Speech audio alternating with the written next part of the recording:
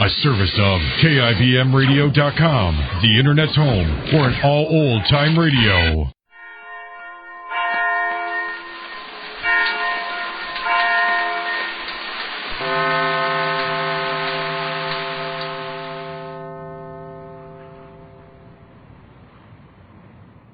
Well, Jane Ace had a busy day yesterday writing checks on her new checking account, which she opened with the $100 Mr. Race gave her. She wrote checks for every bill she owed, and only had trouble when the check was for more than $10. Writing a check for more than that amount made her too nervous to sign her name. It's the next evening now at the Aces, and we find Jane busy at her desk with household finances. Mr. Ace has his evening paper, and Marge with a book. Listen. I'll say one thing for this bank. What? I'll say one thing for this bank I started the checking account with. What's that? They sure give me good service. They do? How? Well, I only started writing checks yesterday morning, and already they're sending them back to me. Now I can keep them like receipts. They're sending them back to you? I never heard of that before, Jane. I thought banks sent out monthly statements. Every bank I know does. What do you mean? Well, here are the checks. They all came back this afternoon. Now, all I have to do is to put them away neatly, and they're just like receipts. Wait a minute. Who sent the checks back? The bank, I guess. The bank sent them to you? Well, no, not straight to me. They sent them to whoever I gave them to, and they brought them to me.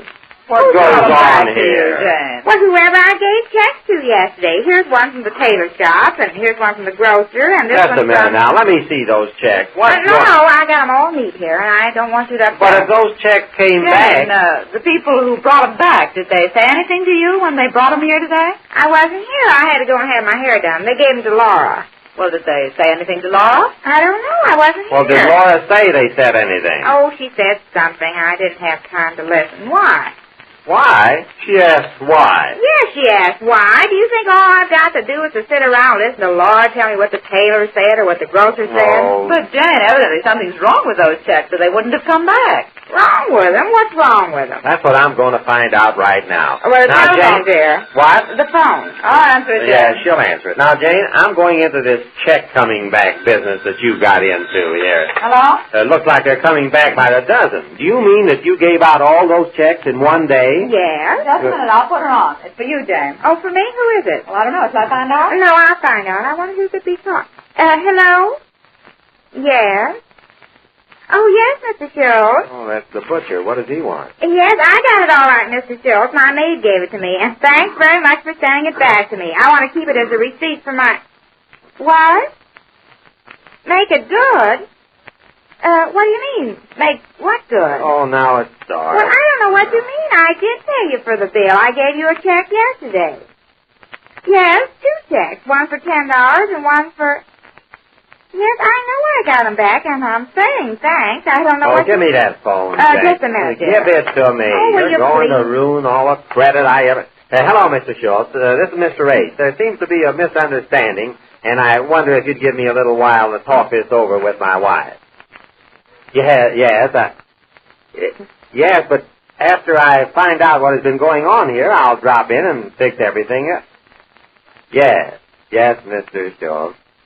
Thank you, I certainly will. Well, I warned you that letting Jane start a checking account was just about the Just a minute, will you, Marge? But I just want you to know I warned you. Oh, stop being one of those I'll say-sos, Marge. What I want to know is what's going on here. Oh, you want to know what's going on here? I suppose you don't think I do. Did you hear what that man just said? How could I when you grab the phone away like a phone grabber? Like a phone grabber. Hey. Now, let's get down to the bottom of this, Jane, before the rest of those vultures start calling up here. What happened? When? Yesterday, you say you wrote a lot of checks. Yeah, I told you yesterday I did. You weren't upset about a thing. The checks hadn't had time to be dribbled back here. To be what? They all came back. They're no good. You're spoiling your credit. Oh, what of it? What of it? You're spoiling your credit, and you say what of it? Yes, what of it? I pay cash. Yeah, cash with checks that bounce back at you. That's fine. You're fixing yourself up in great shape, and me too. Oh, what have you got to do with this? I'm the one. You're the one, Having a butcher call you to ask you when you're going to make the check good. I suppose I have nothing to do with that. You haven't. I'm the one who gave him the check. I'm the one. Let me see the check you gave him. Well, here they are. Say, how many are there? 2. Here they are. One for $10 and one for $2.70. But why 2 checks, Jack? I told you it makes me nervous to write a check for more than $10. That's why. I'm too nervous to sign my name. Well, was the bill $12.70? Yes, so I gave him 2 checks. One for $10 and one for $2.70. These are the 2. Well, let me see.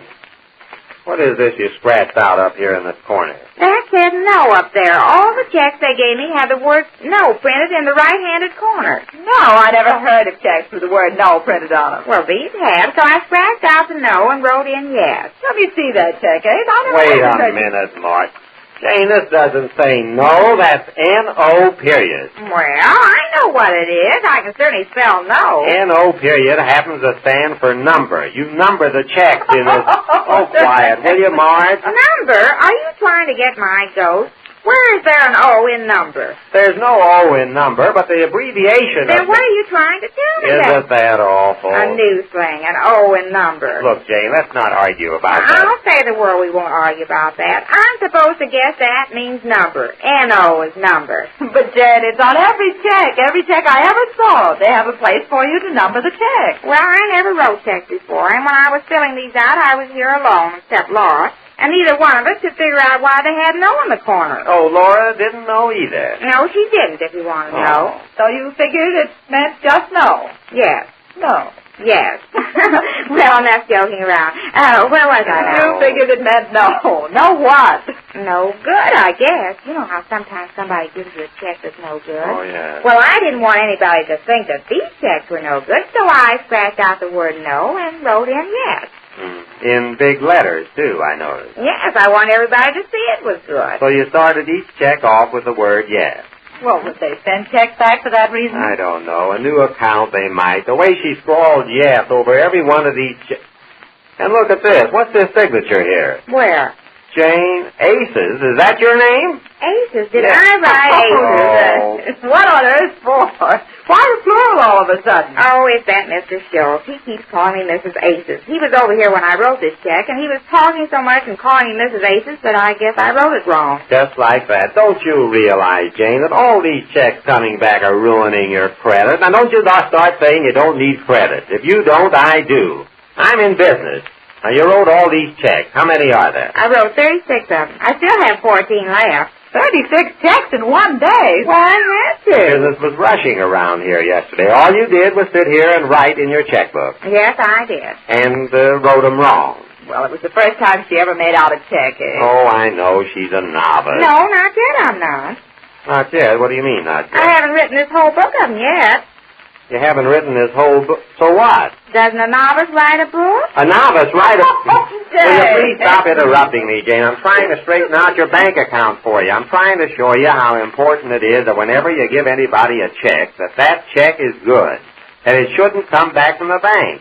And if you don't know it yet, it's high time you did. Why, will you let me explain something to you? I will if you'll just not holler so loud. The grafters will fall in on us. Oh, all right. Now, look. Everybody you gave a check to yesterday is someone you do business with. When you do business with somebody, it's very important that that person have a high regard for your credit. Credit is the foundation of business relations, and if you don't know what credit is, it's high time you found out. What do you mean, Jack? Marge, let me do this, will you? Yes, let him do it, Lawrence. Oh, all right. Now, here you deal with 36 business people, and you mess up 36 checks, scribbling yes in the corners. Why, even misspelling your own name on the signature, and heaven only knows what you did with all those other checks here. Well, it was the first time I know ever it, wrote. Jane, but what I'm trying to show you is that you can't make people believe that. Once you give a person a check that comes back, that person loses confidence in you. It's high time you knew that.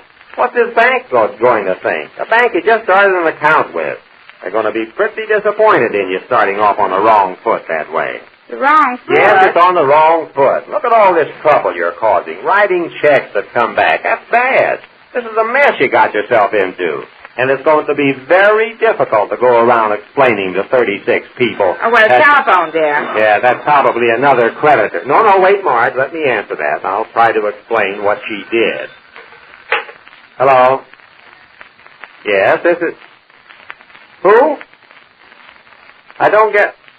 Oh, sure. Hello, George. George, who did? I didn't get your name at first. What's that? Well, I wasn't in all afternoon today. I left kind of early this morning on a deal.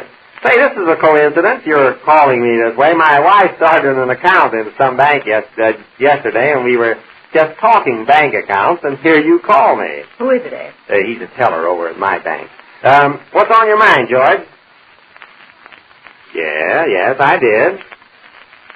Yeah, $100. Oh, that's right. Oh, that's my mistake. I meant to give her a check on my other bank where I just opened a new account.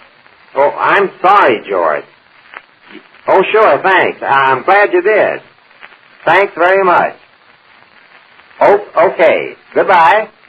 What is it, dear? What? What's the matter? Oh, well, you know that check for $100 I gave you, Jane? The one I put in my bank? Yes, well, it was just an oversight on my part. I was closing out one bank account I had and gave you a check on that bank instead of my new account where... all right now, Marge. What is this? I don't get it. He gave you a bum check for $100.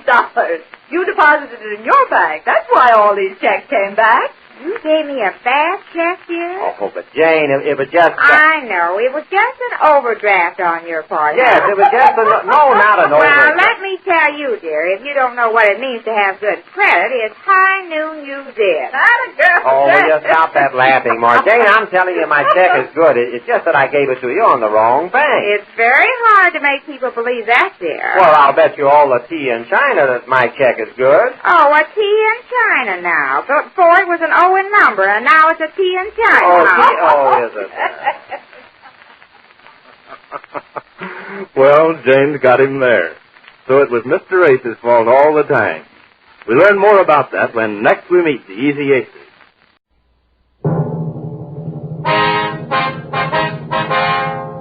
Sound off for Chesterfield. Chesterfield, the only cigarette in America to give you premium quality in both regular and king size, brings you Dragnet.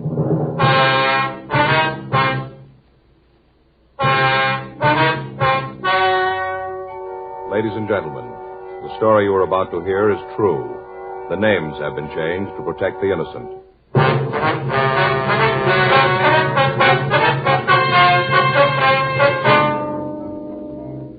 You're a detective sergeant. You're assigned to forgery detail. A check forger has been hitting the merchants in your city. From the M.O. she uses, you know she's an expert. You've got a description. Your job, get her. There's only one premium quality cigarette in America, available in both regular and king size, and that is Chesterfield. Premium quality in a cigarette means the world's best tobaccos, the best ingredients, the best cigarette paper. Only Chesterfield gives you this premium quality in both popular sizes. King-size Chesterfield contains tobaccos of better quality and higher price than any other king-size cigarette. That's certainly important to every king-size smoker. Of course, it's the same fine tobacco as in regular Chesterfield. There is absolutely no difference, except that king-size Chesterfield is larger, contains so much more of these premium quality tobaccos that you get more than a fifth longer smoke from king-size Chesterfield. Yes, the modern way to sell cigarettes is the Chesterfield way. Premium quality, both regular and king size. And either way you like them, Chesterfields are much milder. Chesterfield is best for you.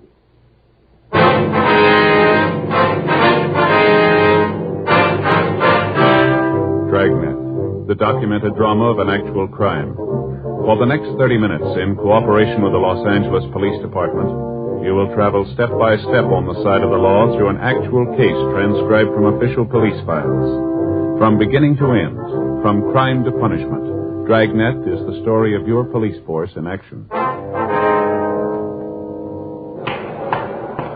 It was Wednesday, February 6th. It was cool in Los Angeles.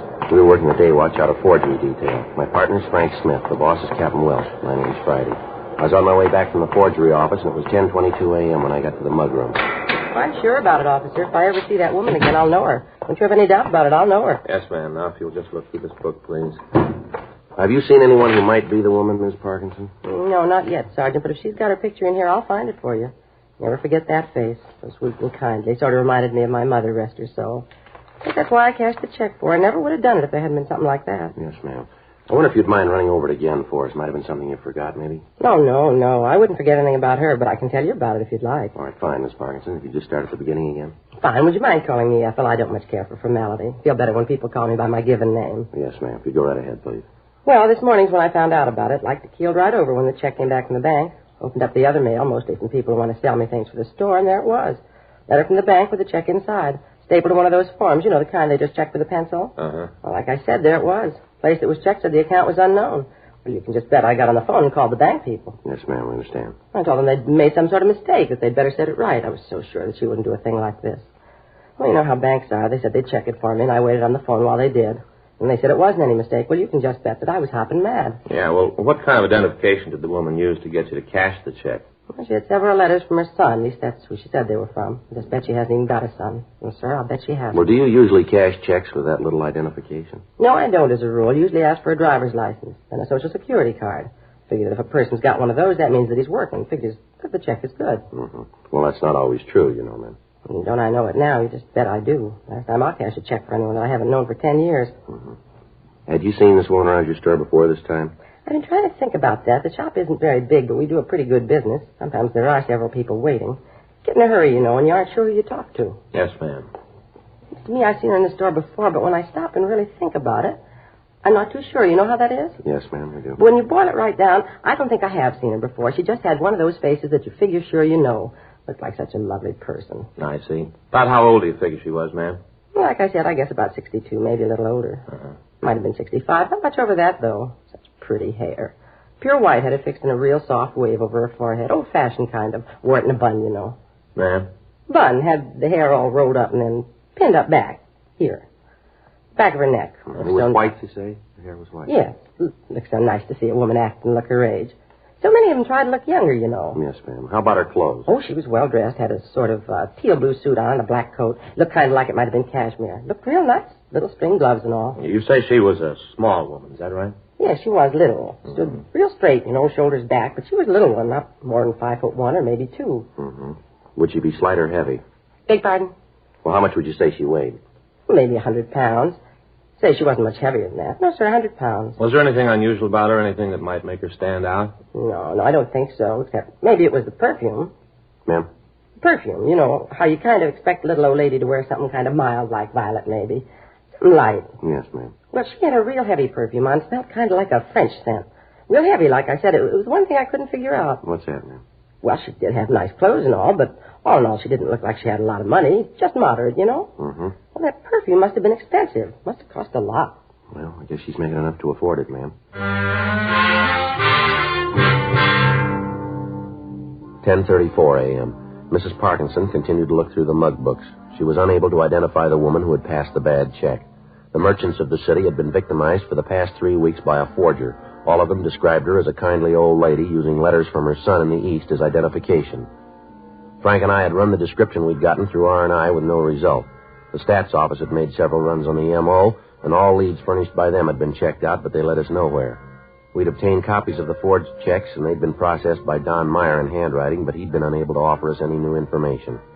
The names on each of the checks were different. We checked each of them out, but the leads went nowhere. All of the stores in the central area had been alerted. Descriptions had been distributed to the neighborhood merchants, but the check passing continued. We checked with our informants, but they failed to come up with any information. 2 weeks passed. The woman hit 12 more times. Her take was estimated to be over $2,500. The checks she passed were always for the same amount, $50. When it seemed necessary, she would purchase merchandise in order to cash the check. The articles she chose were in a price range so that the store owner would often cash the check rather than lose the sale. Thursday, February 21st, 8:34 a.m. Frank and I got back to the office. I'll get it. Forgery, Friday. Yeah. All right, where? How soon? All right. No, we'll see you there. What is it? Harry Allenson. Informant? Yeah, says he wants to see us right away. Yeah. Says he knows the woman we're looking for. The working detective knows that he's usually only as good as his informants. Quite often, when all other means of bringing a case to a successful conclusion have failed, the only thing that'll break it is information supplied by an informant. A detective will protect his informant. For as long as the informant can operate, the detective is assured of a steady flow of information. 9:45 a.m., Frank and I drove over to the coffee shop at the corner of Crawford and Spring Streets. Harry Allenson wasn't there when we arrived. We sat down and ordered a cup of coffee. Oh, that's good and hot. Yeah, it is. Hey, pass the sugar, will you, Joe? Yeah. There you go. Thanks. Wonder where Allenson is. What time did he say he'd be here? 9:45. Well, it's only a couple of minutes after that now. He'll be here. Wonder how right his story is. What did he tell you on the phone? Oh, nothing, just that he knew what we were looking for. Said if we meet him here, he'd fill us in. There he is. Oh, yeah. Righty. Harry? Sit down. Yeah. Sorry I'm late. Got hung up in traffic. Oh, you got a car now, Harry? No, missed my streetcar. Had to wait for another. Say, you guys had breakfast yet? Yeah, we did a little earlier. You mind if I have something to eat? No, go ahead. Where's the waitress? Well, she was here a minute ago. I don't see her now. I'll go get her myself. Sure you guys don't want anything to eat? No, thanks just the same, Harry. Okay, be right back. Well, here we go again, Joe. Yep. Last time we met him, his meal cost $2.50. How much dough you got on you? Well, I got a couple of bucks. How you fixed? Well, not much better. Let's hope he doesn't order too much, though. How about some more coffee for you guys? No, thanks, Harry. Chow will be up in a minute. All right, how about this information, Harry, about the paper hanger? Oh, yeah. Funny the way I got it. That right? Yeah, I was up in Jack's bar last night. You know, just having a beer, shooting the breeze. All of a sudden, this old girl comes into the place. Kind of set everybody back on their heels. It looks so nice. Yeah, go ahead. Well, she slides up on one of the stools and orders a drink. Even Jack was taken in. Changed his apron and all. Anyway, she climbs up on the stool and orders some sherry. Made a big thing of it. How do you mean? Well, Jack started to pour some of it for her, and she stopped him. Said that she wanted California sherry. Said she didn't want that imported stuff. Said her family was one of the first ones in the state and that she believed in using homegrown products. She was kind of cute about it. Real little woman perched up on that stool. Looked a little like a cartoon. You know, the ones with the little old lady guzzling martini. Yeah. Oh, say, hold on a minute, will you? My food's ready. Be right back. Okay, Harry. How do you like that guy? It takes him 5 hours to get a point Well, over. there's nothing you can do about it, Frank. He's got to tell it his way. Well, I suppose so. Nothing like a big breakfast. I always say if you stoke up in the morning, you got it made for the day. Yeah, that's right, Harry. Farm breakfast, they call this. Tell you, that's easy. Oh, look at that sausage. Fried real good. I like it when it's like a rock. Can't stand pork that hasn't been cooked enough. Yeah. You want to go on with the story? Oh, yeah. Don't mind if I eat, do you? Got a big day today. A lot of things to do. No, you go right ahead, Harry. All right. Well, like I said, this old broad ordered the sherry. Uh-huh. Well, as time went on, she must have had 3 or 4 of them. Yeah. A couple other guys came in, and I moved over to make room for them. Ended up sitting right next to the woman. Say, pass the ketchup, will you? Oh, yeah. There you go. Eggs aren't much good without a lot of ketchup. Gives them real flavor. Yeah, Harry, could you get the point maybe a little sooner? Oh, well, first off, I noticed this perfume this broad's wearing. Well, now I tell you, it's been a long time since I smelled anything like that. Real heavy. Like the stuff they sell in France. Yeah. Didn't fit the woman. No, sir, didn't seem to go with the rest of her. I tried to strike up a conversation, you know. Talked about the weather, stuff like that, but she wouldn't have none of it. She didn't actually tell me, but I could tell the way she answered me, you know, kind of cool. What makes you think she might be the one we're looking for? The way she looked. The way she worked. What do you mean the way she worked? Well, I'm getting to it. Anyway, after she's had the sherry, she reached into her purse to pay for him. Fumbles around in it for a while. Well, I couldn't help seeing what was in it, you know, what was sitting right next to her and all. Yeah, sure. Well, she don't come up with any money. And she starts going through her pockets. Still can't find any money. Finally, she asked Jack. Who's that, the bartender? Yeah, Jack. He owns the place. She asked him if he'll cash a check. Yeah. Well, now I asked you. Neither one of you guys know Jack? No, I don't think we do, Harry. No, I don't. Well, Jack wouldn't cash a check for the treasurer of the country. Not even if he had the president to vouch for him. Been stung too many times. Yeah. Well, this old gal gets to him, see? I can see him start to go. He kind of hems and haws around all the time. He's trying to figure out a nice way to say no to her. Mm-hmm. Finally, he just ups and says it. Well, right after he kind of waits and expects her to tell him off for being so mean to somebody like her, but she doesn't. Just kind of hunches her shoulders and then starts digging in her purse again. Takes everything out, puts it on the bar. Now, it happens that her driver's license is lying right there on the bar in front of me. Couldn't help but read it, you know. Yeah, we know. Well, I saw her name. And I asked her if she'd let me buy the wine for her. Mm-hmm. What'd she say to that? Well, when I called her by name, she acted kind of startled, like she didn't expect it. And then she kind of smiled and said she was financially embarrassed at the moment. Something about coming away from the house without any money. But she said she thought it'd be very sweet of me if I'd take care of the tab. So I paid Jack the money, and I asked her if she'd like another one. She said she didn't think so, and then she got all her stuff together and put it back into her purse and thanked me. Then she got up and left. Yeah, well, what was the name on the driver's license? Do you remember that? Yeah. Got it written down here someplace. After she left, Jack and me got to talking about her, and then it hit me that she might be the one you're looking for. So I jotted down the name. You ever see this woman before, Harry? No, never laid eyes on her before she walked into Jack's last night. Now, here it is. Thanks. That's the name at the top of the paper. Right under, that's her address. The name on the piece of paper was Lillian Halstead. It was a new name in the case. It gave an address out near Bel Air. Frank and I called the name into R&I, but they had no record on anyone answering that description. We paid the check and thanked Harry Allenson for the information, and then we drove out to the address. It was a large house just off Sunset Boulevard. Mrs. Halstead wasn't in, but the maid told us that we'd find her husband at the Halstead School of Dramatic Arts. She gave us the address, and Frank and I drove out to the school. It was located in a large modern building out on Wilshire Boulevard. When we got there, Mr. Halstead was working with the advanced class in the drama section. We took a seat at the rear of the auditorium and waited for him to finish. You gentlemen wish to see me? Yes, sir. You're Mr. Halstead, are you? That's correct. Police officer, sir. This is my partner, Frank Smith. My name's Friday. How do you do? I do. What is it that you'd like to see me about? Well, can you tell us where your wife is, sir? Lillian? Yes. Well, she's out of town. Why? What do you want with her? Well, what if you could describe her for us? Well, certainly. I don't understand what this is all about, though. Well, it's just a routine investigation. Routine? What's that mean? Well, just that we're conducting an investigation and a woman with the same name as your wife came up. We're just checking it out. Now, if you could give us a description of your wife, please. Yes, well, let me see. Lillian's 36. Yes, I would say she's 5 feet 6 1/2 inches. Weighs perhaps 130 pounds. Mm-hmm. What color's her hair, Mr. Halstead? Well, before she left, it was sort of an auburn. Lillian said something about dyeing it red. Might have done it since she's been gone. Where's your wife now? She's back in Washington. They're holding a drama festival, and she's back there looking it over. Do you have a picture of your wife here, Mr. Halstead? Yes, sir. I have one on my desk in the office. What if we could take a look at it? Why, certainly. You can go out this way. Fine, thank you. Here, down this way, please. Thank you. You tell me what this investigation is that you're working on. Well, no, sir, not right now. We can't. Oh, you can. Cloak and dagger stuff, eh? No, sir, it's not exactly that. Oh, here, I'll get the door for you. Thank you. It's right this way. Excuse me a moment. All right, here. Here's the picture. Lovely woman. Been a great help here at the school. Yes, sir. How long ago was this picture taken? Several months ago, I believe. Mr. Halstead, how long has your wife been out of town? Perhaps a week, 10 days, perhaps. Something like that. Mm-hmm. Does your wife drive a car, Mr. Halstead? Yes, sir, she does. Oh, I understand. The license. Sir? Lillian's driver's license. That's what you're here about, isn't it? Well, I don't understand, sir.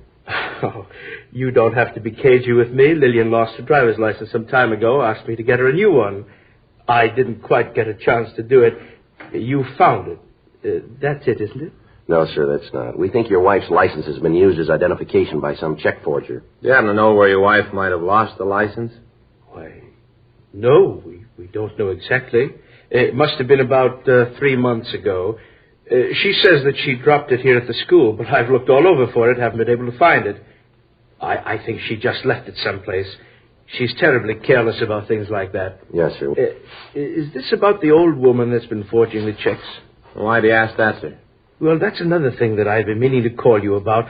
I was reading the paper one night, and all of a sudden it hit me. Sir? Well, I could be wrong, but I think I know the girl who's doing this.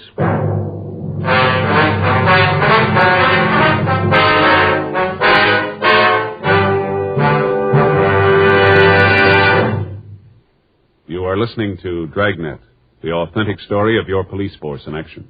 The modern way to sell cigarettes is the Chesterfield way. Premium quality in both regular and king size. And we're the only one that does it. We tell you what Chesterfields are made of to give you that premium quality in both popular sizes. Our scientists select the best materials. They select for Chesterfield the world's best tobaccos, blend them just right. And they keep Chesterfields tasty and fresh with the best of moistening agents. Now, here's something else that's completely modern about Chesterfield. People smoke Chesterfield, and we tell you what happens. Scientifically, but simply. A medical specialist is making regular bi-monthly examinations of a group of people from various walks of life. 45% of this group have smoked Chesterfield for an average of over 10 years. After 8 months, the medical specialist reports that he observed no adverse effects on the nose, throat, and sinuses of the group from smoking Chesterfield. I'd say that means real mildness. And finally, we ask you to try Chesterfield and prove what we say. Chesterfield is best for you. They're much milder to give you all the pleasure that the modern cigarette can give.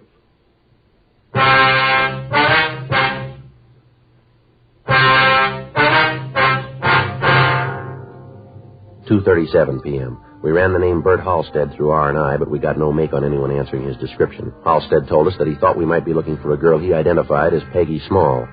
He told us that the Small girl had enrolled in the dramatic school over a year before. We asked him if he had a picture of her that we could have, and he told us that he thought there was one in the files. He took us down the hall to the registration office and checked his files. He located a picture of the girl and handed it to Frank. Just why do you think this might be the girl we're looking for, Mr. Halstead? Well, it's the oddest thing, officer. Peggy. Oh, that's Miss Small. Yes, sir. Well, Peggy came to us about a year ago, as I said. She came out here to the coast from some little town in Idaho, I think it was. I'd have to check her entrance application to be sure, but I think it was Idaho. Yes, sir. Well, instantly I knew that this girl had talent, real talent, deep down, talent. Right off the bat she had the feel. Would have been a fine character actress. Well, why do you say would have? She didn't want to work. Wasn't interested in anything but learning how to be an old woman. Sir? All she was interested in was learning to act like a little old woman. Oh. Now, we have a theory here at Halstead. Don't act, live. She did just that. Learned the makeup problems, dress, walk, everything. She even used to practice writing like a woman of 60 or so. I used to see her practicing by the hour. Did she ever give you any reason for all this? No.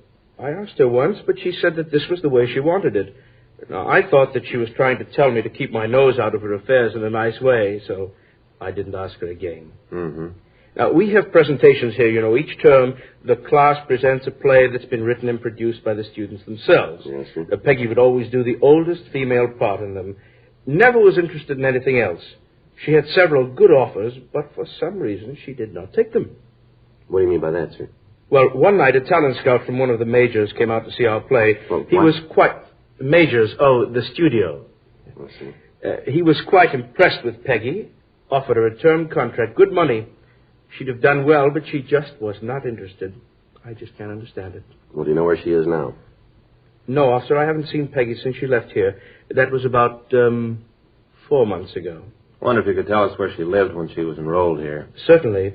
I have the address on her enrollment card. Well, that's fine. We'd like to have the names and addresses of any of her close friends, too, if we could. Oh, certainly glad to help. You think it could be her, Peggy, the woman you're looking for? Well, it could be, yes, sir. Odd. Now, I got to thinking about it when I read about it in the papers. Right away, it made me think of Peggy. How she used to talk about acting. Well, how's that, sir? Well, she used to always say there was only one reason for doing anything, and that was to come out on it. That was the trouble with most people. They just didn't know where they wanted to end up. But she knew where she was going. Well, maybe she was right. I beg your pardon? If she's the one we're looking for, we know, too.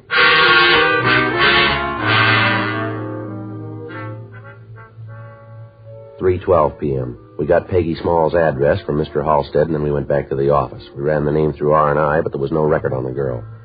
4:02 p.m. Frank and I drove out to the last known address of the Small girl. It was a boarding house on 92nd Street. Peggy Small wasn't in, but the landlady told us that she usually didn't get back from work until 7 or 7:30. We asked if she knew where the girl worked, but she told us that she didn't. We arranged for a stakeout on the house, and at 4:37 p.m. we checked back into the office. You want to check the book? Right. Anything? Don't think so. There's a call from Faye. Wants to know if I'll be home for dinner. I better give her a call, Joe. Mm-hmm.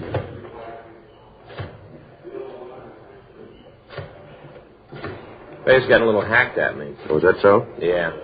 Last 3 nights she's waited dinner for me and I didn't make it. Mm-hmm. Hello, honey. Yeah. Well, I don't know yet. Yeah. Well, I think so. I know. Well, maybe another hour or so I'll know. Yeah. Okay, honey. Bye. If I don't make it tonight, she's going to scalp me. I get it. Forgery Friday. Yes, ma'am. What's that address again? All right. Yes, ma'am. We'll be right there.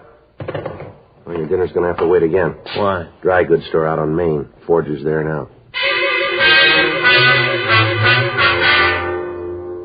In the process of the investigation, the police department had alerted the merchants throughout the city to the method of operation of the woman forger. Thousands of printed circulars had been distributed bearing her description. An artist's conception of the woman had been published in the daily papers, and the drawing had also been broadcast over the local television stations. The clerk in the store we'd gotten the call from had noticed a similarity between a woman waiting to cash a check and the description. From the information we'd gotten on the hot shot, the woman was waiting for an authorization for the check. When Frank and I got to the store, we met a small elderly woman. She produced identification in the form of a driver's license bearing the name Lillian Halstead. Frank and I asked her to go with us to the city hall for questioning. A policewoman was called, and the interrogation started. One look at her, and you could see that she was covered with a heavy makeup. I want you gentlemen to know that I resent the implication you're making. The idea of trying to make me out a vicious criminal. Ma'am, we're not trying to embarrass you. We just want to get to the truth here. I'm giving you that.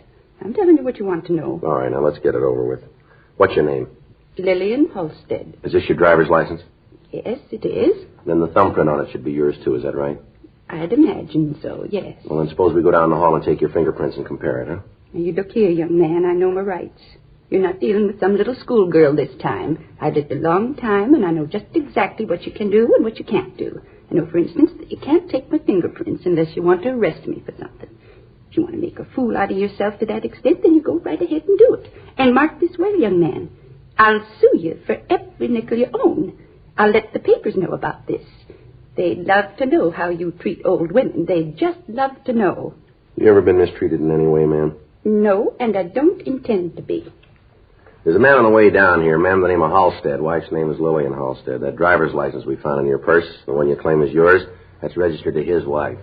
He's coming down here to tell us that you aren't his wife, that you stole that license, that you were a student in his dramatic school. Now, why don't you save us all a lot of trouble here? Why don't you admit that you're the woman we're looking for, that you're Peggy Small, you're no old woman? Come on, how about it, Miss Small? All right, I lose.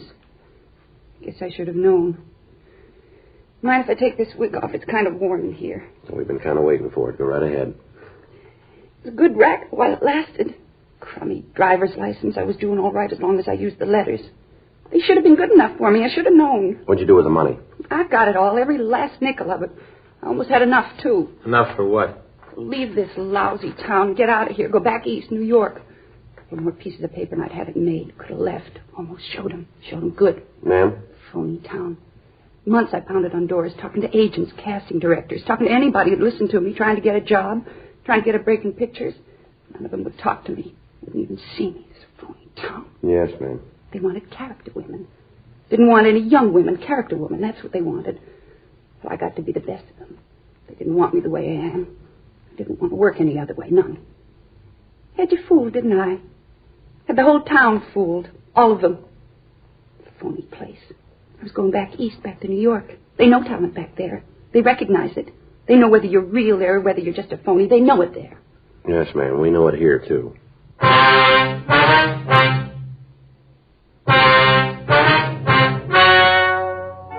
The story you have just heard was true. The names were changed to protect the innocent. On June 19th, trial was held in Department 89, Superior Court of the State of California, in and for the County of Los Angeles. In a moment, the results of that trial. Now, here is our star, Jack Webb. Thank you, George Fenneman. Friends, only the modern cigarette, Chesterfield, gives you this scientific evidence on the effects of smoking. No adverse effects on the nose, throat, and sinuses of the group from smoking Chesterfields. And only the modern cigarette, Chesterfield, gives you premium quality in both regular and king size. Now, I know Chesterfield is best for me and best for you. Buy them, regular or king size. Either way, they're much milder to give you all the pleasure the modern cigarette can give.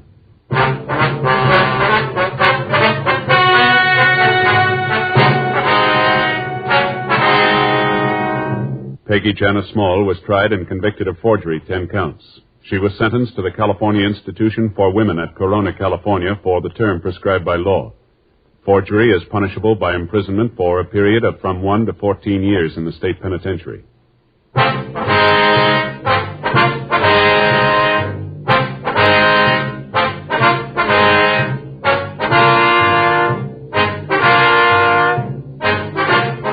You have just heard Dragnet, a series of authentic cases from official files. Technical advice comes from the Office of Chief of Police W.H. Parker, Los Angeles Police Department. Technical advisors, Captain Jack Donahoe, Sergeant Marty Wynn, Sergeant Vance Frazier. Heard tonight were Ben Alexander, June Whitley, Jack Crucian, Gene Tatum. Script by John Robinson. Music by Walter Schumann. Hal Gibney speaking. Sound off for Chesterfield. Either way you like them, regular or king size, you'll find premium quality Chesterfields much milder. Chesterfield has brought you Dragnet, transcribed from Los Angeles.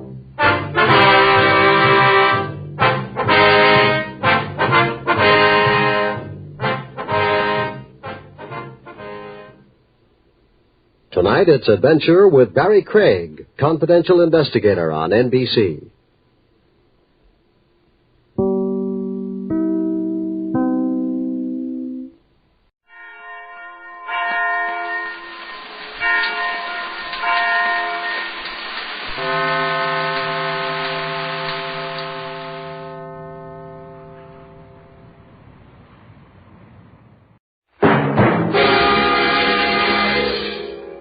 Novak, for hire.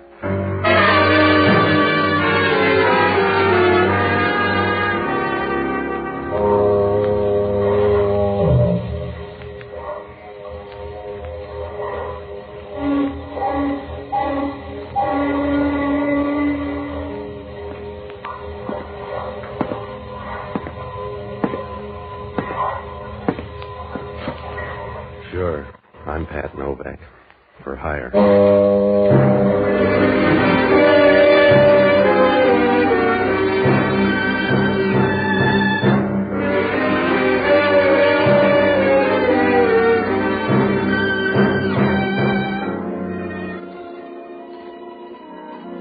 That's what the sign out in front of my office says.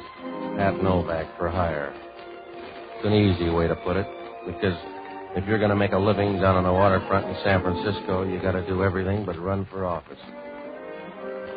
I rent boats and kick around a few scruples if the price is right. It's a living, and if anything goes wrong, you can always get your mother a visitor's pass. If you do get in trouble, you go first class all the way. I found that out when I first met Doreen Wilde. It was almost dark, and I was sitting in the office with the door open when she first showed up. Showed up's the right word.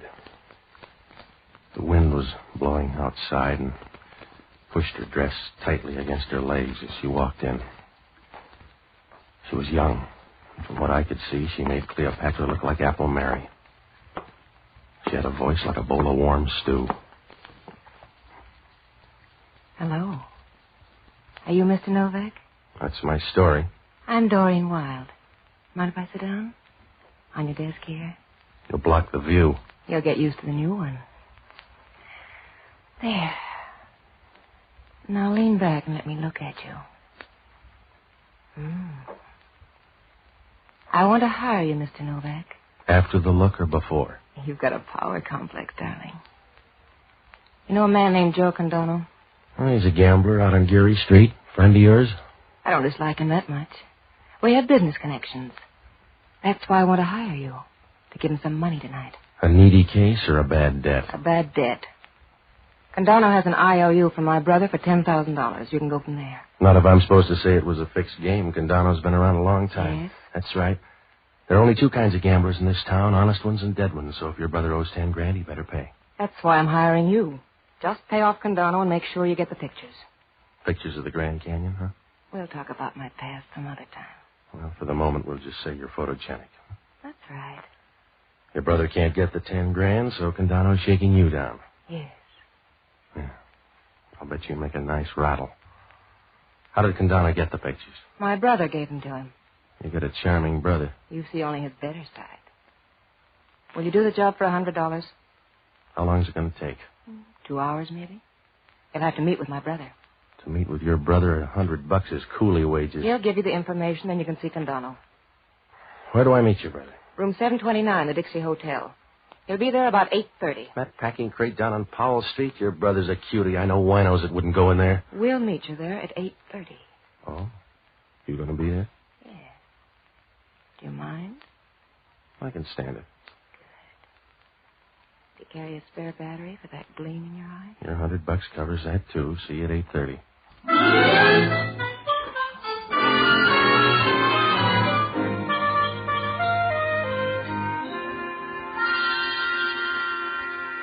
She smiled at me, and I felt like a guy that just found an oil well in the basement. Oh, there were a lot of things about the deal I didn't like, but she kind of made you forget. I kept remembering her as she walked out of there with a slow, easy gait. She had knee action that'd make a Nash jealous. Well, I hit the Dixie Hotel about 8:25. It was the kind of a hotel that has a 4 a.m. checkout rule. There were 2 or 3 guys sitting around reading tip sheets, and over in the corner, a couple of well-upholstered gals were talking about recipes, I guess. The desk clerk was the worst of the lot. He looked like a guy that might have been expelled from Alcatraz. Nobody looked up as I walked through. When I got to 729, I knocked. There was no answer, so I opened the door and walked in. There was a bed lamp on and a lot of smoke in the room. Through the smoke, I could pick out the committee. They were crazy about me. Come on in.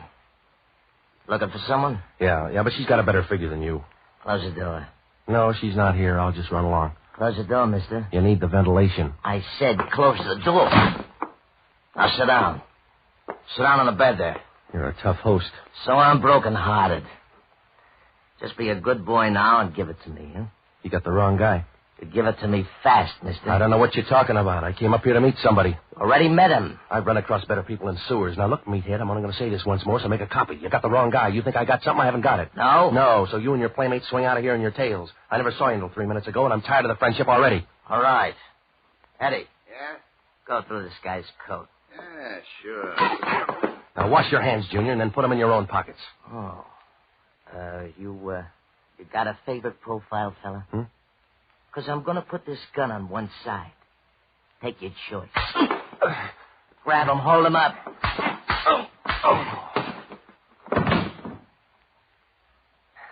All right, Eddie. Now you don't have to wash your hands.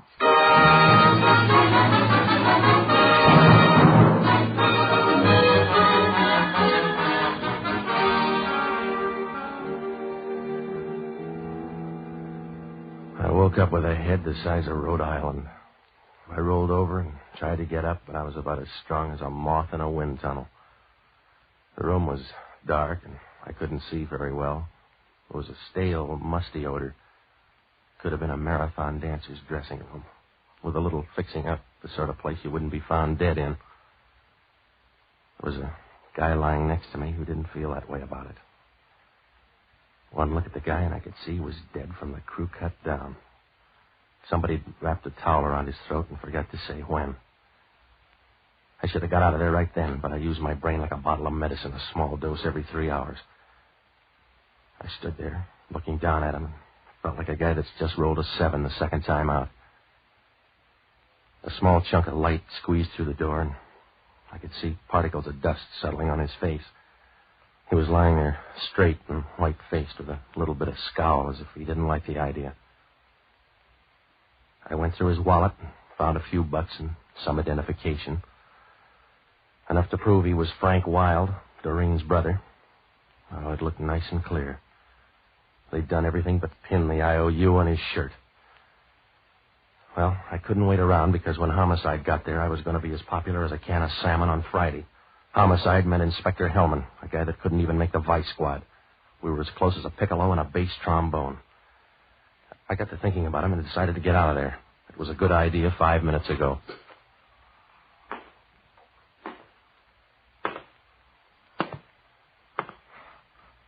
Hello, Novak. Oh, Hellman. Small wake, huh? Just a few close friends. You always drop by room 729 this time of night? I got a bad memory for faces. Who's your friend? His name's Frank Wilde. That's one answer.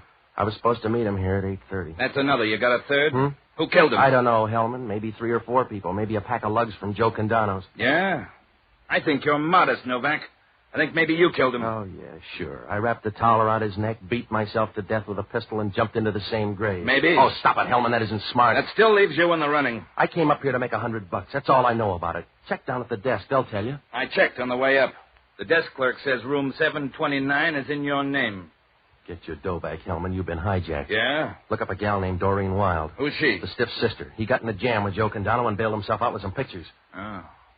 What kind of pictures? You just look her up and find out where she was at 9 o'clock tonight. I got a bird in the hand. And call on Joe Candono. His Gunsel's held a convention here tonight. That's too much legwork. You're handy, Novak. I can't afford a bum rap, Hellman. Get yourself another boy. You get me one. Your hotel room, there's a dead guy in it, and you got a bad record. I can make that add up for the DA. You can't add a pair of zeros without crib notes, Hellman. I can try hard, and I'll be all through in 24 hours. That's how long you got, Novak. You got one day, and you're not going to be lonesome. Because I'm going to put a tail on you the whole time. Well, that'll be fun. I'm going to know where you are every minute. Stop posing, will you? You couldn't follow an elephant across a basketball court. Just stay handy, Novak. I'll be ready. I'm going to fingerprint this room and run that towel through a test.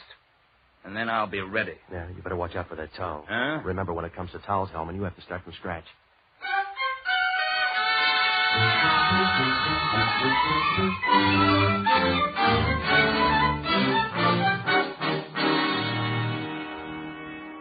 Well, when I left, Hellman was smiling like an Academy Award winner.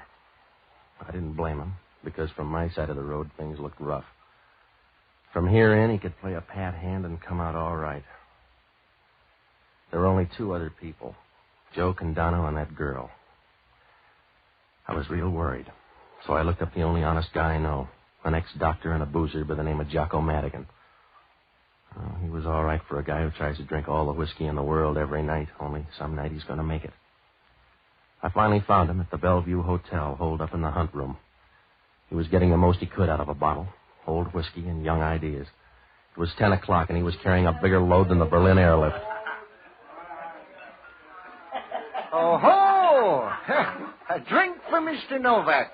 And one for me. I'll have to catch up. Skip me. You busy, Jocko? I'm deep in the labor of love. What happened to your face? I got a better offer. I'm in a jam, Jocko. You got to help me. You're always in a jam. You're the eternal patsy. Also, you're my solitary reason for going on. Forget it, Jocko.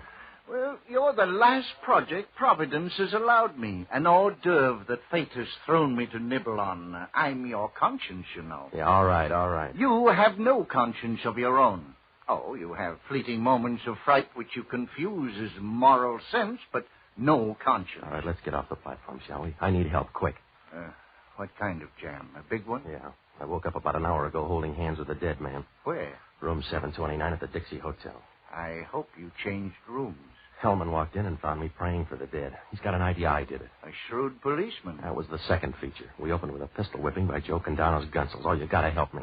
Would a drink help? Hellman's got a guy tailing me. I got to go slow, Jocko. I want you to hit Candono's place and pick up every scrap of dope, will you? I'd look out of place in a gambling joint. There's a bar. Tour the joint and find out when the boys got back, huh? Where do you plan to be? Hiding under a rose bush? I'm going up to see a girl. She's the dead guy's sister. Are you going up to extend sympathy? She's mixed up, too. Candono's holding some blackmail pictures.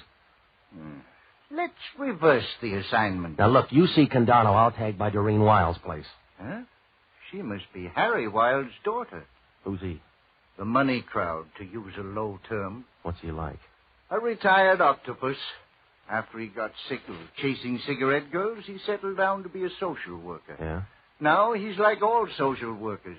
A guy who's embarrassed because he wasn't born poor. And for years, he's been annoying the poor by trying to help them.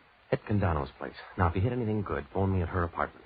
And keep out of trouble. Well, I'd say the same to you if it weren't futile. Good night, lover.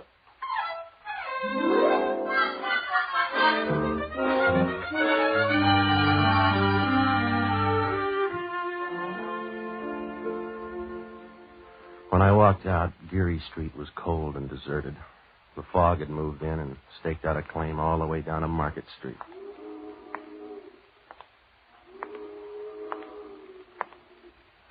There were were two Marines across the street arguing, so I didn't hear it at first. When I got out of range, I began to hear the footsteps behind me. I stopped once, and the footsteps broke off. I walked on a few yards, and the footsteps were right behind me. They had a familiar ring, and I was sure it was either Hellman or a water buffalo. When I stopped and waited, Hellman walked up.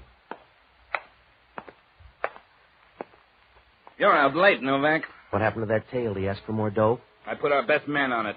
Where are you going? Well, now, I'll bet you get some real good answers on that question. Where you going, smart boy? Doreen Wilde's apartment. Yeah, why? To find out where she was at 9 o'clock tonight? It won't do you any good. Why? Coroner's report. The guy got knocked off about 7 o'clock tonight. Well, he took a long time dying. That towel was a joke. If he wasn't strangled, he would have been red-faced. He wasn't. Oh, well, now, let me guess, Hellman. He died of lingering malaria. Yeah, he was poisoned.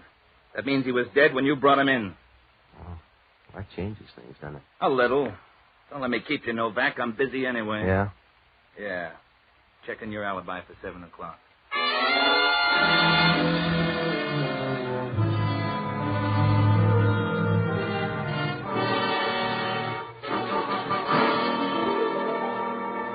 I had no alibi for 7 o'clock. That was right after the girl left my office. Oh, I might be able to dig up a witness, but I wasn't sure. It's like asking a horse if he's going to win the Derby. Well, the questions were piling up, so I dropped by Doreen Wilde's apartment. I began to wonder. It was right next door to Candono's place. When she opened the door, I found out what the right kind of breakfast food will do. She was wearing a slack suit without much slack, and she was swaying slightly in a warm, slow way. Well, if there was any rhythm there, it's the kind you hear 1,000 miles down the Amazon. And when she said hello, you knew it was all chemistry. Hello, Mr. Novak. I missed you at room 729. This'll do just as well. Come in. Yeah. You're wearing your face a different style. Yeah, Candono's boys didn't like it the old way. I like it.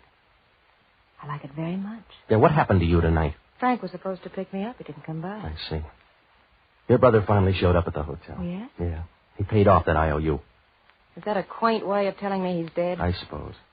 Oh, don't sob so loud. You'll wake the neighbors. You know by this time that to me Frank was a poor excuse at best. Nothing more. Besides, I knew he was dead. Father's down there now identifying the body. Just for the record, who has those pictures now? Candono, I suppose? His boys piled me tonight looking for something. I got the idea it wasn't my Social Security number. Oh, you've had a busy evening. Yeah, they're going to book me for Frank's murder. Just call me Patsy. You need a drink then, darling? It can wait. Now, look, you're going to save some time if you tell me right now. No, I didn't kill Frank. I'd be willing to contribute to a shrine for the man who did. How about Candono? I don't know. In fact, I don't know Mr. Candono. Thirsty yet? Yeah, go ahead. Patsy, I'll give you $5,000 to find out who killed Frank. Hmm? Oh, I'll admit it was a good idea killing him, but I want to see the family name cleared up. Why don't you change names? That's easier. Oh, don't be crude. Will you do it?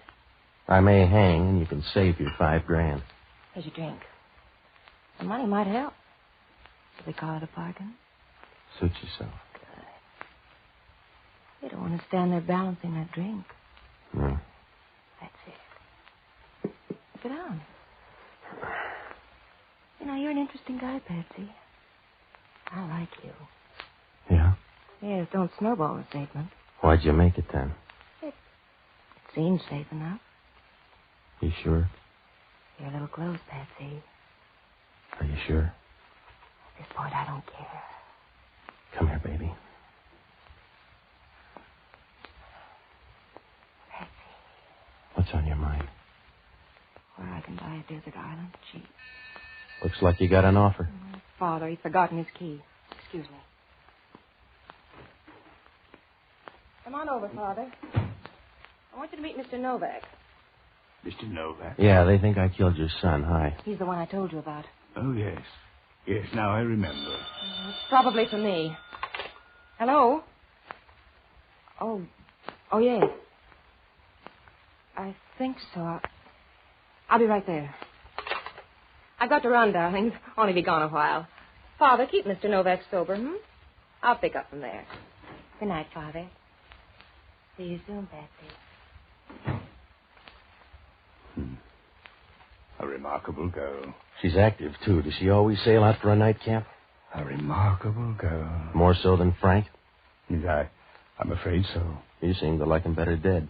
Well, at least he's more harmless that way. But perhaps that sounds unbecoming of a father. Well, if he looks better that way, suit yourself. Well, I've never made any attempt to camouflage my feelings. I'm fond of my daughter. And my son, I've loathed. In a casual way. He's a mishap of nature which for years I've been content to blame on his mother. This matter of the gambling debts, case in point. You know about that? Oh, yes. Plus Doreen's liberal contribution to the problem. By the way, Mr. Novak, who did kill him? I thought maybe you did. No. I'm not a doer. I just cheer from the grandstand. Excuse me. Hello? It's for you, Mr. Novak. Yeah. Hello. Hello, Patsy. I'm down at Candono. I know that. What'd you find out? Never played 2 and 8 on a roulette wheel. All right, drop the clowning. Well, I found out about your friend. Yeah? They came in about 10 o'clock, so that puts them right in line. No, not anymore. The guy got knocked off at 7 o'clock. Oh, impatient, wasn't he? In that case, you better start looking for a tie-up between the girl and Candono. Not a chance. No? She doesn't even know Candono. She makes friends very quickly then because she just walked into his office.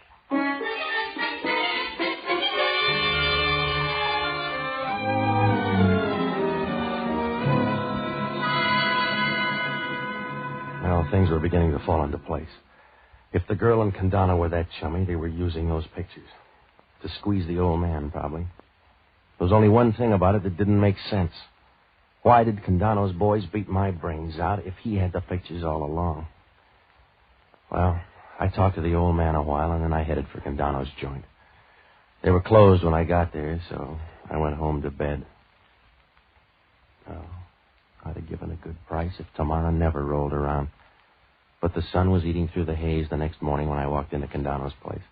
A sad old biddy with a mop told me Candono was in his office, so I knocked on the door. Yeah? Hello, Candono. I'm the guy your boys pistol whipped. Novak? Come on in. I wouldn't worry. Maybe you'll heal handsome. Thanks. I'm sorry about that, Novak. I'll bet you are. Well, that's the way you'll get it. It won't come engraved. If I say I'm sorry, I'm sorry. Oh, you're full of tears. You going to shed one when they send me up on a bum murder rap? No, I'll buy you a handkerchief, though. If you got the time, you might tell me what Doreen Wilde was doing in here last night. What do you care? Maybe we're in love. And maybe you're putting the screws on old man Wilde. Hello? Yeah. Did you tell anybody you were coming here? No, just a birdie. It's for you. Yeah. Hello, Jocko. When? Well, from where I'm sitting, it doesn't make sense. Oh, of course not. Yeah, I'll let you know. Well, how you feeling, Candono? Get to the point, Novak. They found a dead guy out in the marina this morning. He was shot and banged up badly, but they identified him. What's that to me? Nothing, except they identified him as Joe Candono. Confused? No. It was a guy named Eddie Darrow. Friend of yours? Yeah. Yeah, I guess he was. What does that prove? It proves lots, Novak. It proves unless you find her in a cemetery, never trust a woman.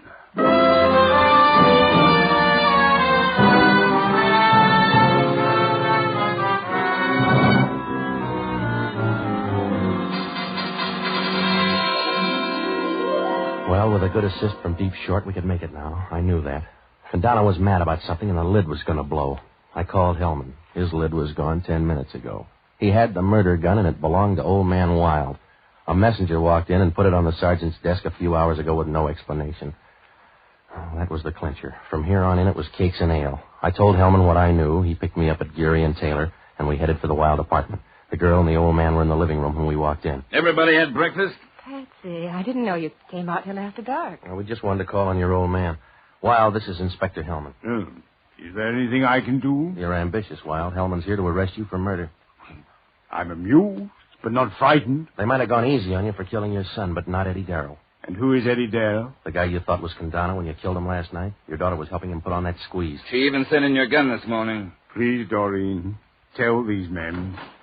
Well, the starting backfield. Hello, Candono. Step aside, Novak. You don't need that gun, Joe. Not for long. All right. Push the girl out there. Push the girl out there. For a gambler, these are bad odds, Joe. Just keep talking loud, and when you stop, all of a sudden, you'll know I'm through with it. You made the first switch, Joe. I didn't trust you, so I sent Eddie Darrow up. He was a good guy, and I liked him. I didn't kill him, Joe. You made it easy, though. Say him fast, baby. Here it comes. Look out, Doreen! Watch the old man. Give me that gun. Yeah. They keep shooting the wrong people around here. I'm sorry, Hellman.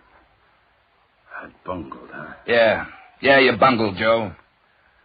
How's the old guy, Novak? You should live so long, Hellman. He's dead. You're gonna need me soon, huh, Hellman? Yeah, right now. Come on, Joe. Tag by headquarters, Novak. Sure. Well, it was fun while it lasted. Yeah.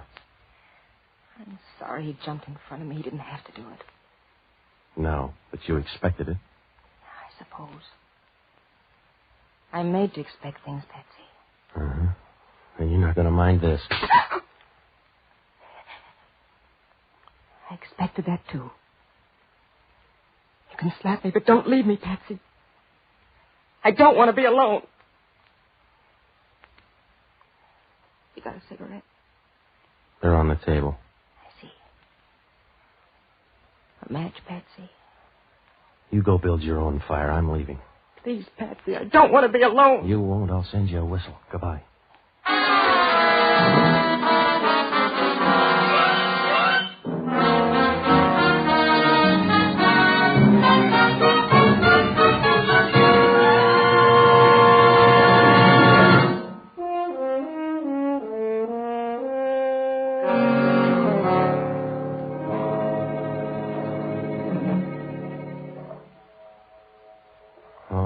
Sweet double cross right from the start. Frank pitched the first curve. He stole the pictures from Candono's office the day of the payoff.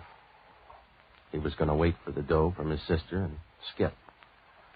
In the meantime, the old man found out about it, killed the son, and left him in the hotel after Candono's boys had cleared out. Oh, it would have worked out all right, but Doreen found the pictures in the old man's room and guessed what happened. She gave him back to Candono and then made a deal with him to put a squeeze on the old man. And then she double-crossed Candono by tipping off the old man that Candono was on his way up. I guess he figured the girl for a fast play and sent a pal instead. The old man didn't know the difference. He really thought he killed Candono. And then the girl wrapped it up by sending his gun to headquarters. Well, things had gone right. She'd have been right in the middle of that gravy boat. Her brother and Candono would be dead. Her father would be up on a murder rap. Once it started to unravel, it moved real fast. The first tip-off I got was when she offered the dough for her brother's killer. She'd have all that dough, and on the books she'd look like a field of Vermont snow. She was feeling around between somebody's shoulder blades, and from then on, all the cards fell just right. Candono was probably right. If they're not in the cemetery, watch out.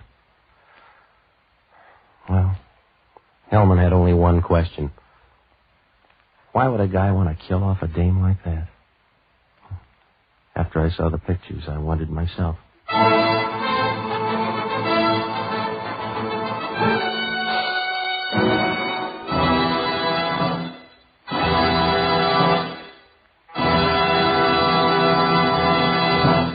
The Armed Forces Radio Service has just brought you Pat Novak for Hire, starring Jack Webb. Pat Novak is produced by William P. Russo. Jocko Madigan is played by Tudor Owen. Inspector Hellman is played by Raymond Burr. Music was composed and conducted by Basil Adlam. Be with us again next week when over most of these same stations we'll bring you Pat Novak for Hire.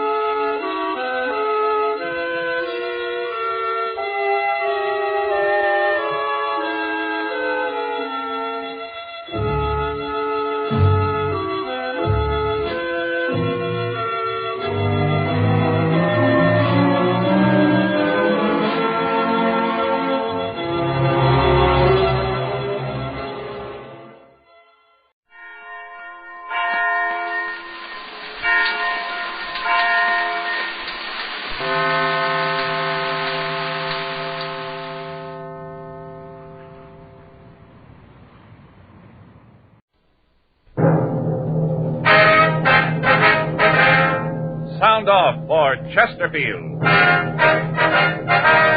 Chesterfield, the only cigarette in America to give you premium quality in both regular and king size, brings you Dragnet.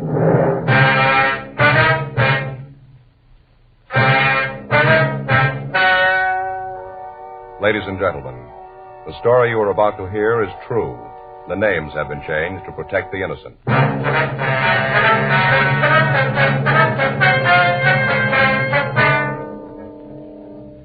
You're a detective sergeant. You're assigned to homicide detail. A man walks into your office and tells you he returned to his home to find that his wife was gone. She left no indication where she was going. Foul play is suspected. Your job, find her. The modern way to sell cigarettes is the Chesterfield way. Premium quality in both regular and king size. And we're the only one that does it. Premium quality in a cigarette means the world's best tobaccos, the best ingredients, the best cigarette paper. Only Chesterfield gives you this premium quality in both popular sizes. King size Chesterfield contains tobaccos of better quality and higher price than any other king-size cigarette. That's certainly important to every king-size smoker. Of course, it's the same fine tobacco as in regular Chesterfield. There is absolutely no difference, except that king-size Chesterfield gives you more than a fifth longer smoke. Yes, the modern way to sell cigarettes is the Chesterfield way. Premium quality, both regular and king size. Chesterfield is much milder. Chesterfield is best for you.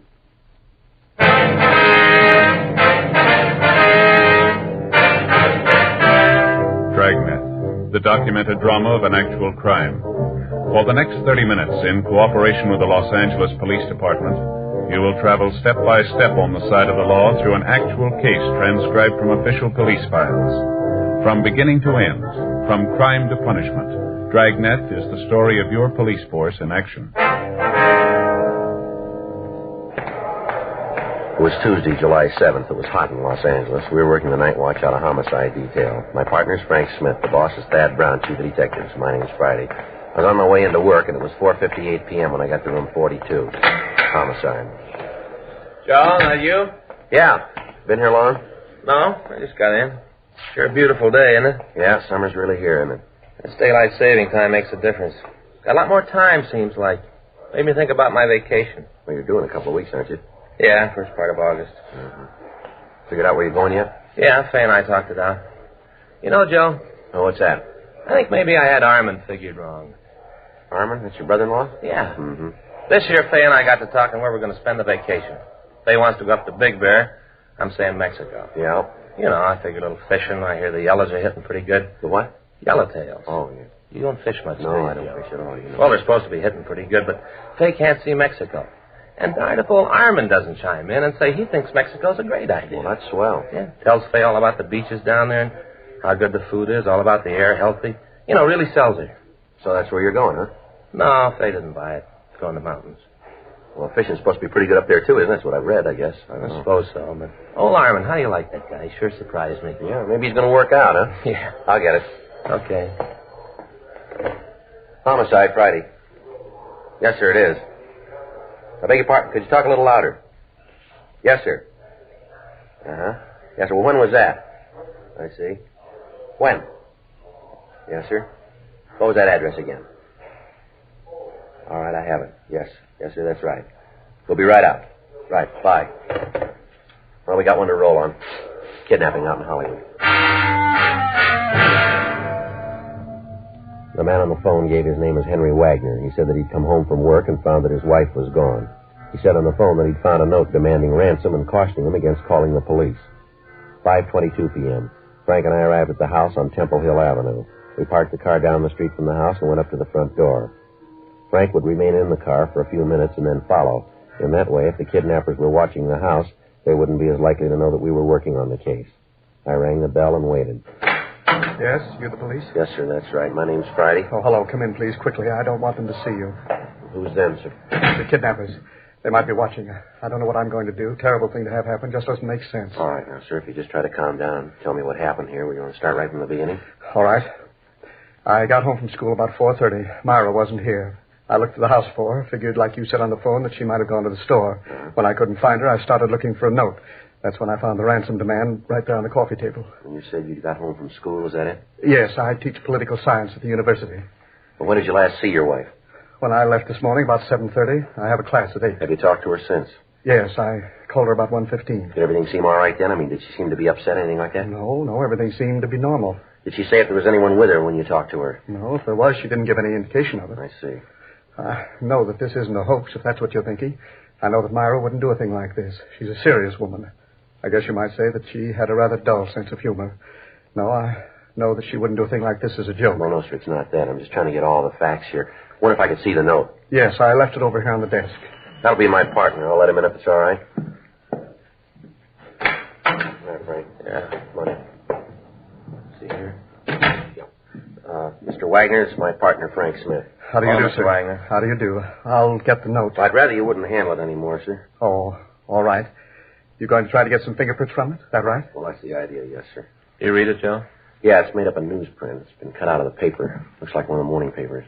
Yeah. I'll read it to you. It says put $10,000 in 5s, 10s, and 20s in a shoebox. Make sure the bills are unmarked. On July 8th, drive up Deer Canyon Drive at 10:30 p.m., 5 miles past the turnoff. You'll see a white string across the road. Drop the shoebox out of the car, go on back home. Your wife will be returned. Don't tell the cops. If you tell anybody, we'll kill your wife. Deer Canyon Drive. Yeah, you know, that's up above Laurel. Oh, yeah. $10,000. Do you have that kind of money, Mr. Wagner? No, sir. I don't know how I'm going to raise it. I have to, but I don't know how I'm going to do it. Have you noticed anyone lately that's been in the neighborhood here? I mean, anybody loitering around without any reason to be here? No, I haven't. Of course, you must understand I'm not home a great deal. But Myra didn't say anything about it. I'm sure she would have if she'd seen anybody like that. You and your wife have any enemies that do a thing like this, would you know? None that I can think of. Do you have any household help? I beg pardon? Household help. Anyone that comes in to help your wife with the housework. You know, day maid, something like that. Well, there's Betty Jo. She comes in once a week to clean up the house. When was she last here? Let me see. That was Saturday. That's her usual day. Saturday, I guess it was then. Didn't you see her last week? No. You see, I had to go out by Pomona this last weekend. Series of lectures I wanted to catch. I left early Saturday morning, didn't get back until late that night. Did your wife go with you? No, she stayed at home. She had a little touch of the virus and figured she'd better stay at home and take care of it. Are you sure this is the right thing to do? Maybe I should have handled this myself. No, sir, you did the right thing. I wonder if you could give us a description of your wife, Mr. Wagner. Why? You aren't going to tell anyone else about this, are you? No, sir. The information will be handled in the usual confidential manner. Oh. Well, I guess you men know what you're doing. All right, sir, if you'd just give us a description, if you could. Well, Myra is about 5'3". I guess she weighs about 130 pounds. Mm-hmm. How old is she, sir? 42. Just turned 42. Birthday last month, June 14th. How about the color of her hair? Sort of an auburn, I guess you'd call it. A little gray up in here, along the sides. Mm-hmm. Would you know what she was wearing? No, I wouldn't have the slightest idea. I don't know her clothes well enough to be able to look at what's in her closet and tell you what she had on. Mm-hmm. How about marks? I don't think I understand. I'm sorry. I mean, any visible birthmarks or scars, anything that might make it easier to identify her. No, I don't think so. Oh, wait a minute. There's a very small scar just under her ear right here. A couple of years ago, Myra and I went fishing up in the Sierras. Myra got a trout fly caught there. When they took it out, it left just a very small scar. But I don't think you'd be able to see it unless you were really looking for it. Mm-hmm. Anything else outstanding about her? No, there isn't. I wonder if we could have a photo of her. Do you have one? Of course. Wonder if you'd give us the address of this Betty Jo? Surely. I think Myra kept it in the phone book. I'll look for you. Do you think they'll really do it, officer? Kill Myra? Well, we're going to try to stop them, sir. I don't think so. Well, how about the money? Should I get it together? Not a lot of time if I have to meet them tomorrow night. We'll take care of that. Here's the address. Thank you, sir. I don't know what I'll do if they hurt Myra. Just don't know. It's odd, isn't it, Sergeant? What's that? Myra and I have been married for 22 years. I guess I always just took her for granted. Haven't been separated at all during that time. Just took her for granted. Yes, sir. I guess you have to lose something before you know what it's worth.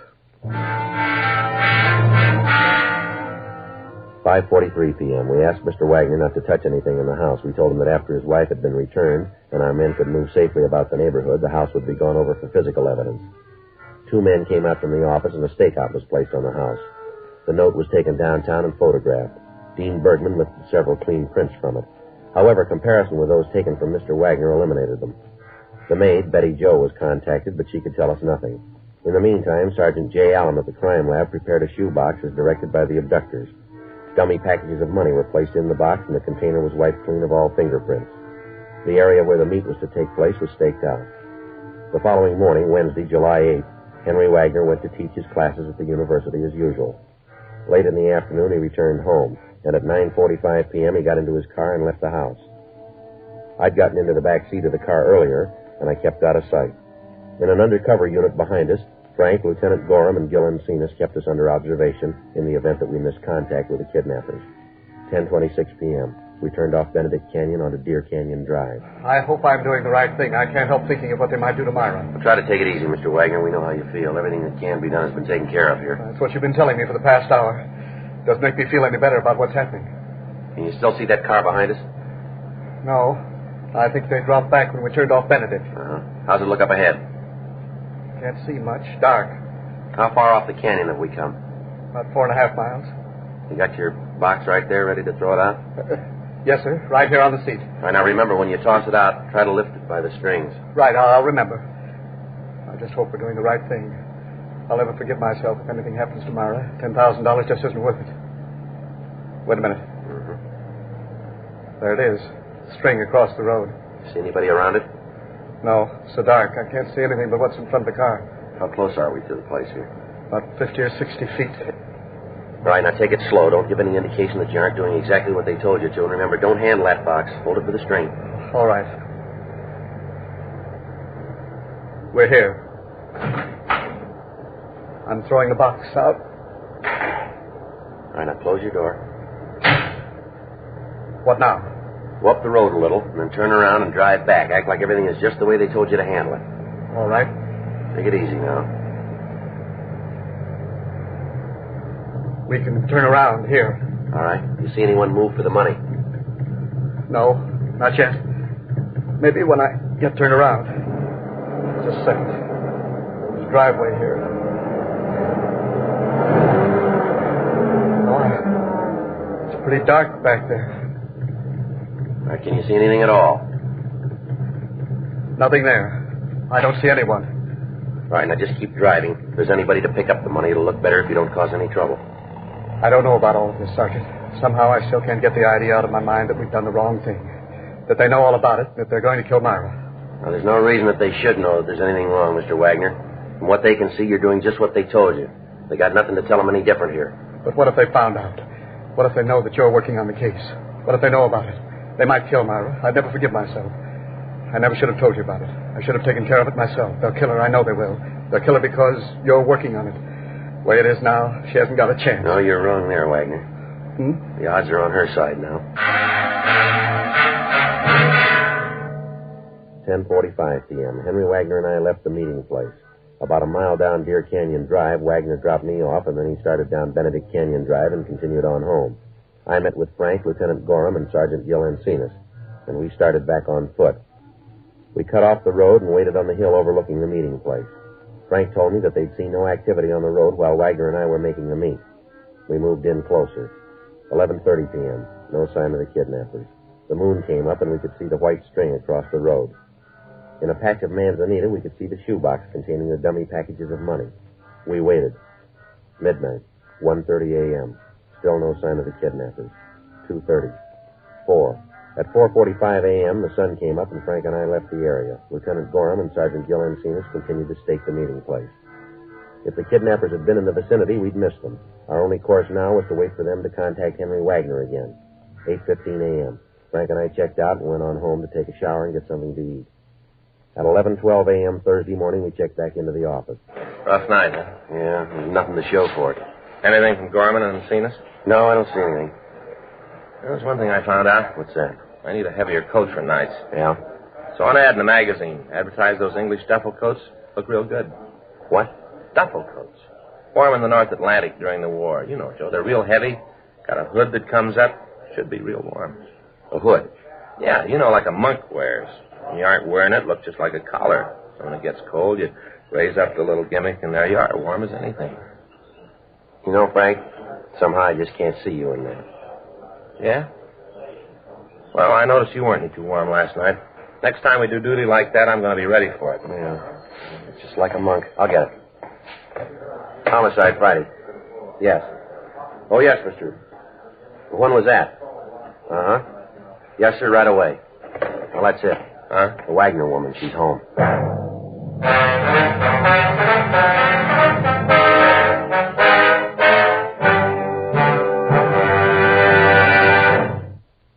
You are listening to Dragnet, the authentic story of your police force in action. Friends, you'll remember some months ago we read you our first report, the 6 months report on the effects of smoking. Then more recently we read you the 8 months report. Now here is the latest one. The full 10 months report confirms again no adverse effects on the nose, throat, and sinuses of the group from smoking Chesterfields. This from a medical specialist who is making regular bi-monthly examinations of a group of people from various walks of life. 45% of them have smoked Chesterfield for an average of over 10 years. After 10 full months, the specialist reports he observed no adverse effects on the nose, throat, and sinuses of the group from smoking Chesterfield. That's the report. Buy much milder Chesterfield, regular or king size. The cigarette that's best for you.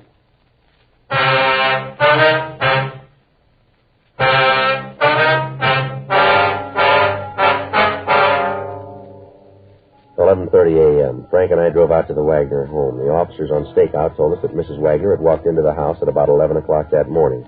As soon as she'd gotten inside the house, she collapsed. The family doctor had been called, and she was treated for shock. Other than some scratches on her arms and around her face, she was unharmed. The officers told us that they'd been unable to interrogate her so far. We talked to the doctor, and he told us that we could talk to her until the sedative took effect. Honey, these are policemen. They want to ask you a few questions.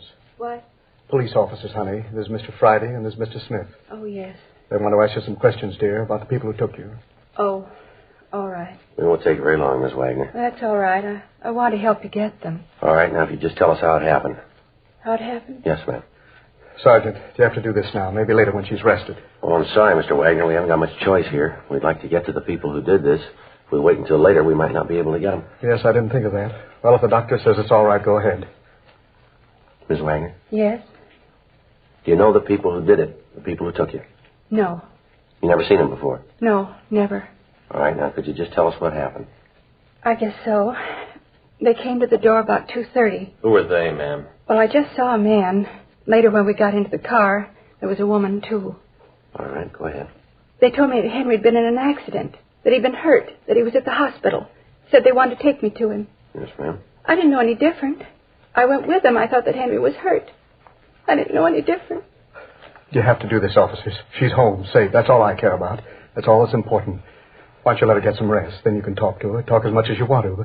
But please, you can see what this is doing to her. Yes, sir. Now, look, this isn't easier on us. We've got a job to do here, like we had when she was gone. We know how you feel, but we'd like to get to those people. It's all right, Henry. I'm all right, dear. Where'd they take you, ma'am? First, I think they were going to take me to a house near here.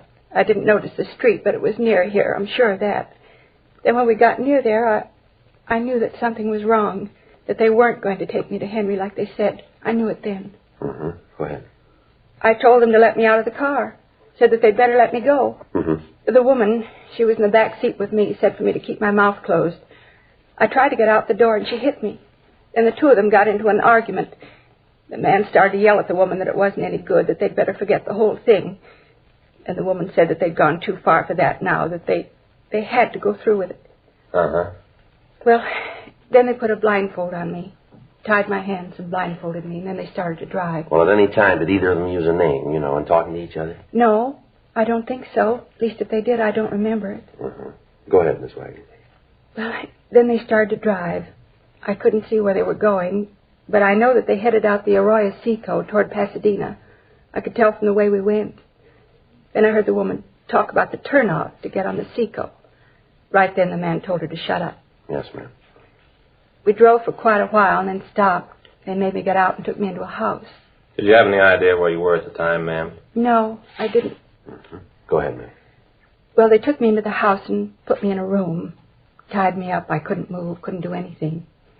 They locked the door, and I could hear them arguing in the next room. The man was really telling the woman off. Said that she was a fool, that she'd really botched the whole thing up. I see. That night, they brought in a plate of food. Told me it was time to eat. All there was were some prunes. That's what they fed me all the time I was there, prunes.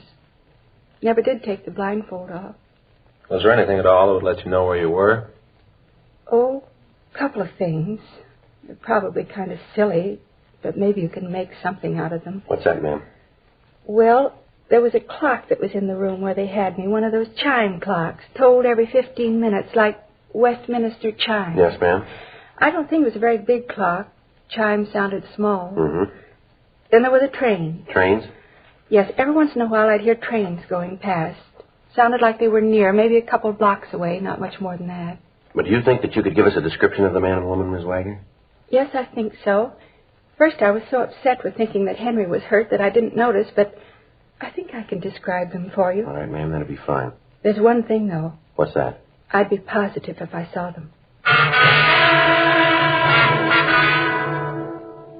12 noon. We continued to talk to the Wagner woman. She gave us a description of the man and woman who had kidnapped her and a description of the car they'd used. We called the information into the office, and a local and an APB were gotten out. We ran the descriptions through R&I, but we got no make. 2:45 p.m. As one of the possibilities for identifying the locality described by Mrs. Wagner, Frank and I left the house and drove to the office of one of the milk companies in the city. We talked to the driver that handled the area in which Mrs. Wagner said the kidnappers were going to stop. He couldn't identify the man and the woman from the description. We checked 2 more milk companies, and on the 3rd, we got a tentative identification. The driver of the route told us that we could be asking about a Mr. and Mrs. Thomas Harper, he thought. He gave us their address, and Frank and I drove out there. On the way, we called the names into R&I and had them make a check for us. They said they had a record on the Thomas Harper who answered the description. He'd served time in San Quentin and in Folsom penitentiaries. He'd been sentenced both times for armed robbery and ADW.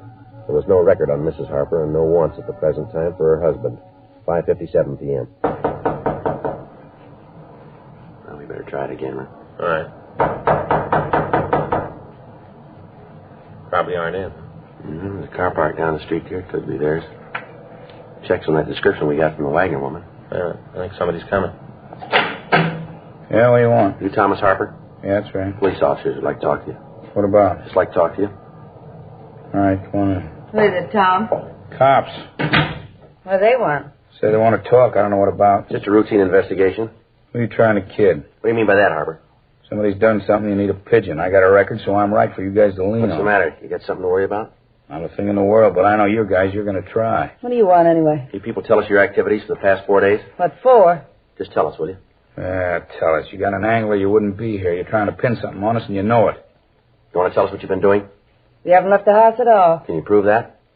Prove it to who? You? You got no right to come in here and ask a lot of questions. She's right. You haven't got any right to do that. Now, either you pull us in or you get out of here. All right, Harper. I'm getting ready to leave anyway. We'll see you later. Yeah, let's go, Frank. Right.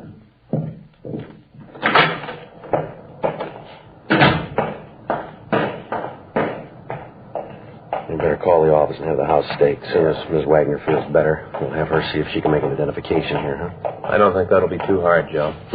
Found this bill from the gas company on the table in there. Yeah? House in Pasadena.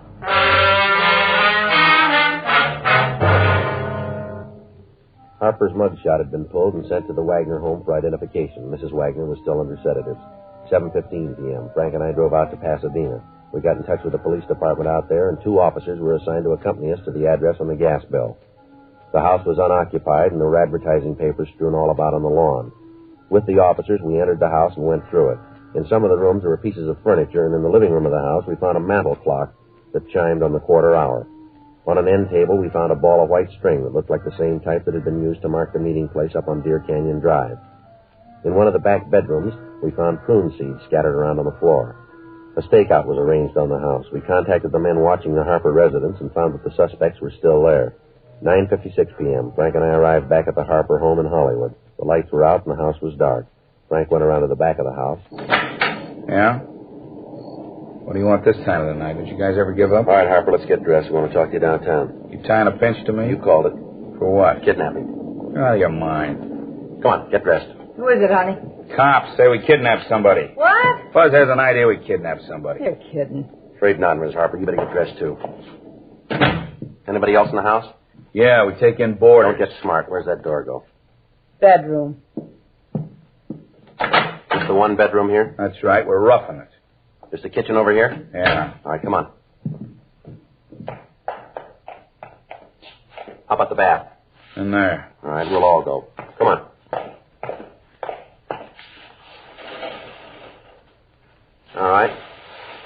to the kitchen. This door go out the backyard? You're a cop. You figure it out. Okay, Frank. Everything all right there, Joe? Yeah, fine. You ain't kidding about this kidnap thing, are you? No, let's go. What makes you figure it might be us? You got a house in Pasadena? Why do you ask that? Have you got one? No. You're lying. Property records in Pasadena say you have. We checked the house. Matches the one we're looking for. That right? That's right. We got the woman you kidnapped. She's identified your picture, you and your wife. She couldn't identify me. I haven't got a record. You ain't taking me no place. Frank, get out of my way. Hold it. Hold it right there. All right, come on your feet. Now, shake.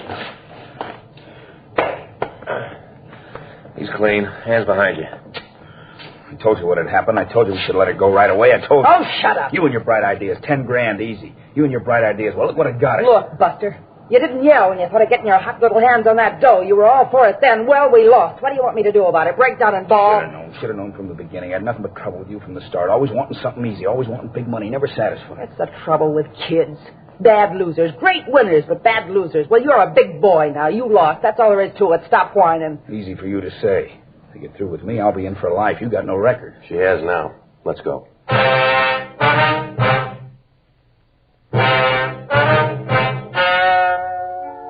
The story you have just heard was true.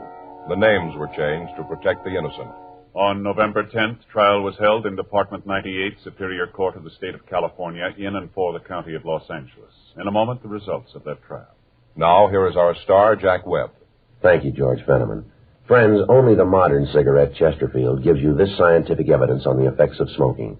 No adverse effects on the nose, throat, and sinuses of the group from smoking Chesterfields.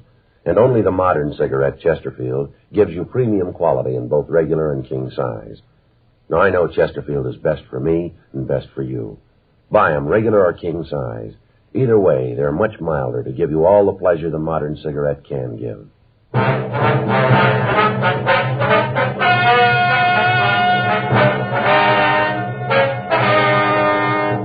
Thomas Fenton Harper was tried and found guilty of kidnapping.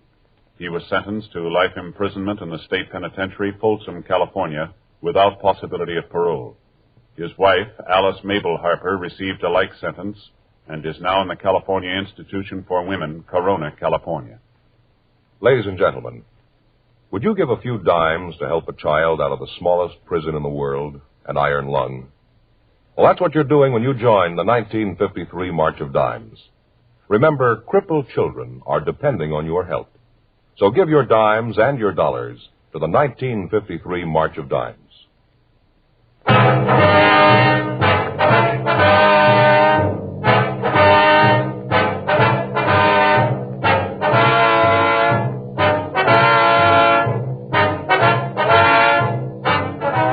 You have just heard Dragnet, a series of authentic cases from official files.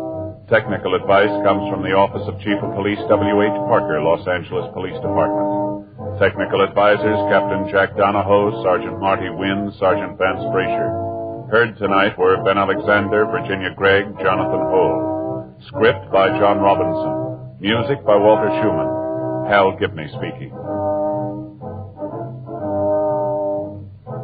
Sound off for Chesterfield. Either way you like 'em, regular or king size, you'll find premium quality Chesterfields much milder. Chesterfield has brought you Dragnet, transcribed from Los Angeles.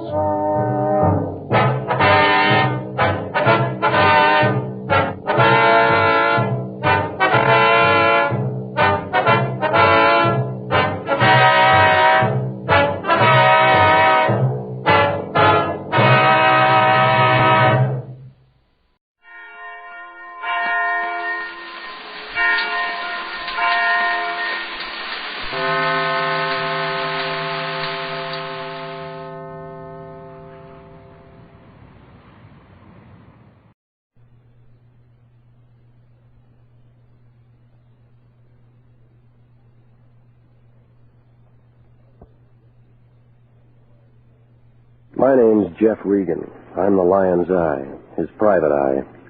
I work for Anthony J. Lyon, head of the International Detective Bureau. He doesn't care where the money comes from, just so long as it comes to him. He cashes in on trouble, and for him it pays off. For me, it's work.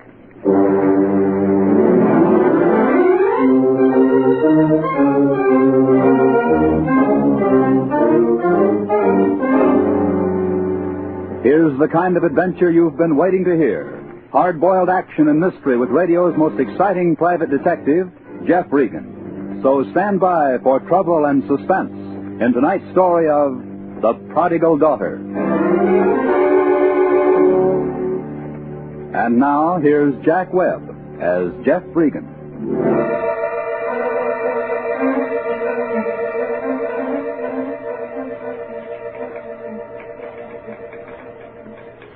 Well, this is the way it started.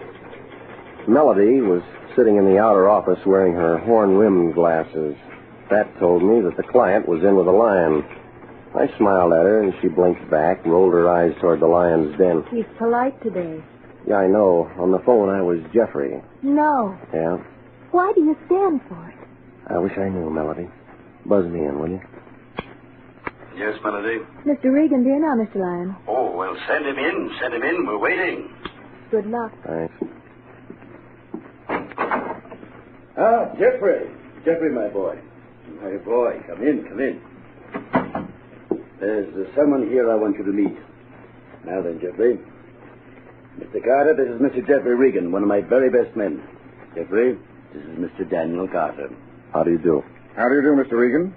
Mr. Lyon has assured me that you're a discreet young man. Well, Full of discreetness, Mr. Carter. International Detective Bureau is ethically bound to employ sympathetic, understanding personnel, as well as alert, productive operators. I hope that's true, Mr. Lyon. In my publishing business, I never had the occasion to settle my trust on any one person. Very delicate situation, Jeffrey. Yeah. Now, go ahead, Mr. Carter. Everything said in this room is in the strictest confidence. Well, I want you to know that it wasn't easy for me to come here. It's admitting defeat in a way. Patrice is my daughter. 5 years ago, she walked out. Oh, I can understand in a way. When her mother died, I started sending her away to schools. I was no companion for her. Well, have you heard from her at all? Do you know where she is? I've never heard from her, Mr. Regan, since she left. I don't know where she is. But I want her back, Mr. Regan. I can see how you feel.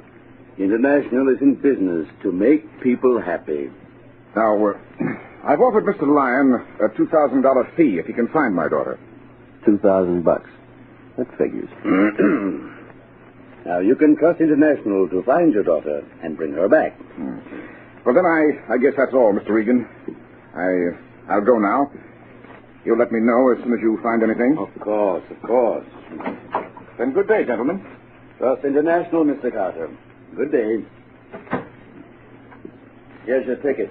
You leave on the Sunset Limited at 1:45 today. I do? You're going to New Orleans to pick up that dame and bring her back. She was 19 when she left home, and any dame who's 19 has a boyfriend next door. I found out that much in 2 phone calls. Her boyfriend hasn't heard from her in over a year. But that means she's got another boyfriend down there. Here's the New Orleans address. You knew all this? Here's a picture of her. She's just been staying away from the old man. This is going to be a nice piece of change. $2,000 for bringing her back, plus expenses. How do you know she'll come back with me? She walked out all alone. That means she wants to be all alone. Maybe we could make another 1,000 if some nosy newspaper guy just happens to get tipped and wants money to keep quiet. You're crawling with ethics, aren't you? Melody will give you some travel checks. Sympathetic, understanding. Better pack some things before you miss your train. Just in business to make people happy. I want to be happy, too. Beat it. Call me if...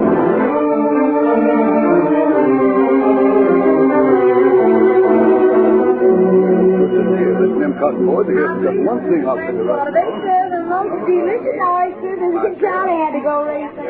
2 days later in New Orleans at the Roosevelt Hotel, home of the original Ramus Gin Fizz, I figured it would take a lot of fizz to pull away that southern heat, but everybody in the lobby seemed cool enough in linens, tropicals, and seersuckers, except me and a big perspiring man leaning against a CNS ticket counter.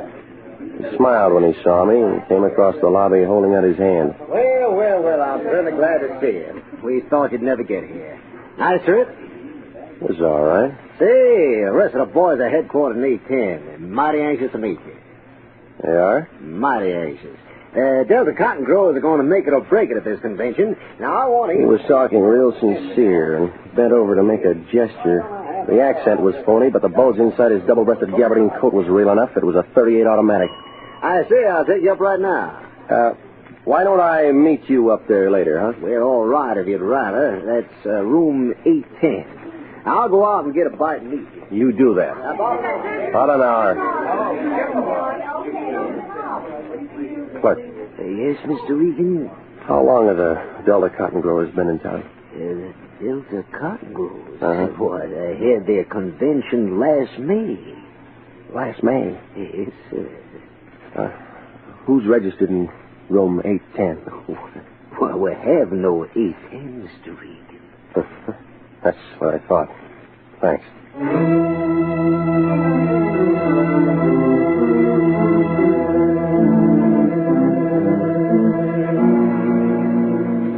What do you do with a big man, a phony accent, .38 automatic, and no Delta Cotton Growers Convention?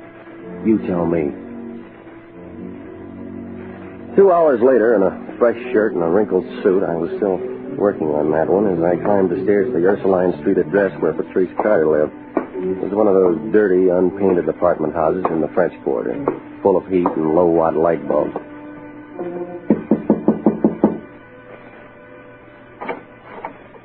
The girl who opened the door was tall, black-haired, wore a black dress.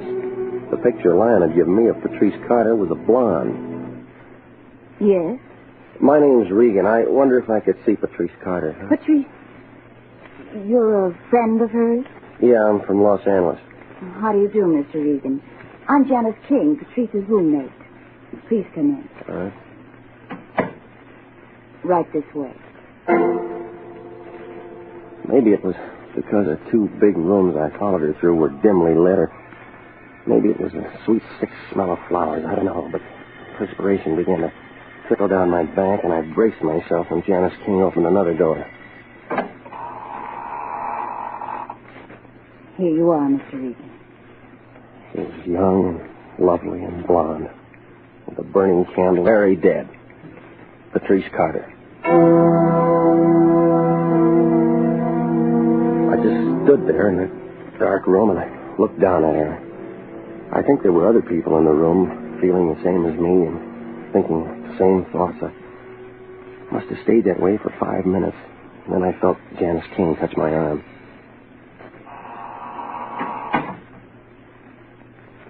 Did you know Patrice very long? No, I didn't know. She asked to have it this way. I know how you must feel being a friend, Mr. Regan.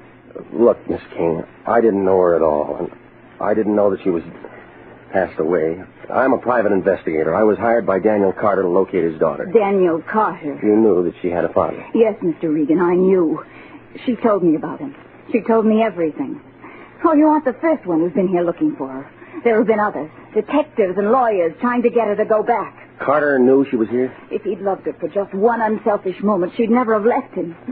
Well, Mr. Regan, she's where he can't bother her anymore. She's where he can't ever see her. Tell him that when you go back. Tell him she's going to be buried tomorrow. Tell him he can stop hiring lawyers and detectives to find her. Why don't you take him a copy of her death certificate? That ought to satisfy him. No, get out! Get out!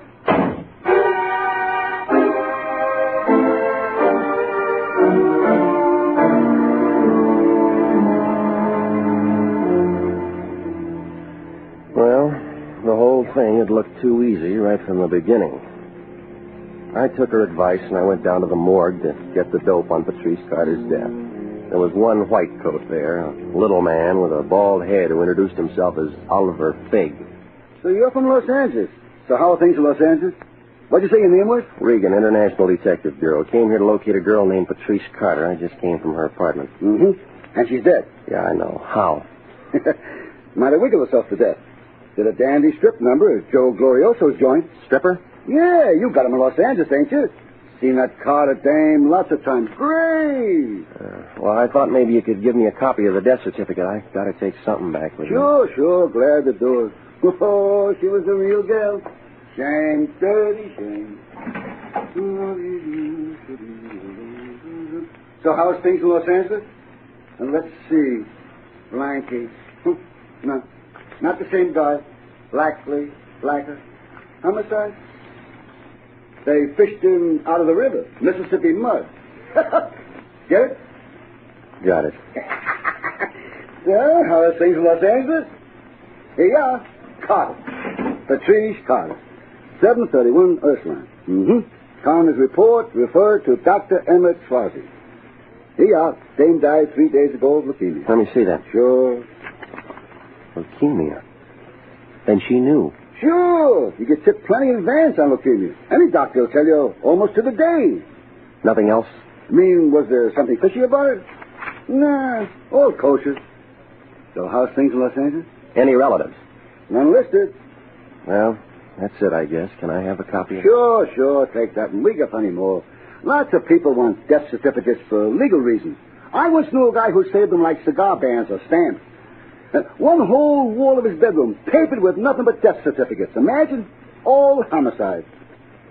So how's things in Los Angeles? Yeah, this is fine, Oliver. See you around. Glad to hear things are better in Los Angeles.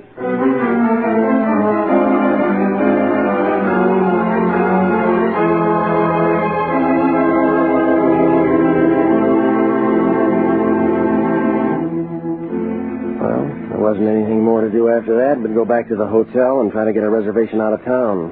When I asked for my key, the clerk passed me 3 printed messages telling me that a Mr. Lyon of Los Angeles had been calling. When I got to my room, he called again. Regan, is that you? Where you been? Keep your shirt on. Come on, tell me. Did you see her? Yeah, I saw her. What'd you say? She gonna play ball? How soon are you coming back? She didn't say anything, and we aren't coming back. What do you mean? She's dead. What? D-E-A-D. Dead. She can't do that. It happened 3 days ago. Leukemia. Now, wait a minute. Old man Carter's paying us $2,000 to bring her back. They're going to bury her tomorrow morning, and they don't want any interference. She was laid out. Her roommate laced me up and down for working for the old man. Name of Janice King. Good-looking brunette. I told Carter we'd bring back his daughter, and we will. There's $2,000 in this, and you know how I feel about money. Yeah, I know. So get busy. Now, look. I've done a lot of dirty, rotten things for you, but he's an old man, and he's sick, and I'm... And he doesn't wear dark glasses because it's a sunny day. He's almost blind. Now go on over and get that roommate and bring her back. He'd never know the difference. I won't do it. Offer her $500 to come here and pose as Patrice Carter for a week. And she can take a powder. I won't do it. I'm calling Carter first thing in the morning and telling him you found his daughter and that you're on your way back to Los Angeles. I won't do it.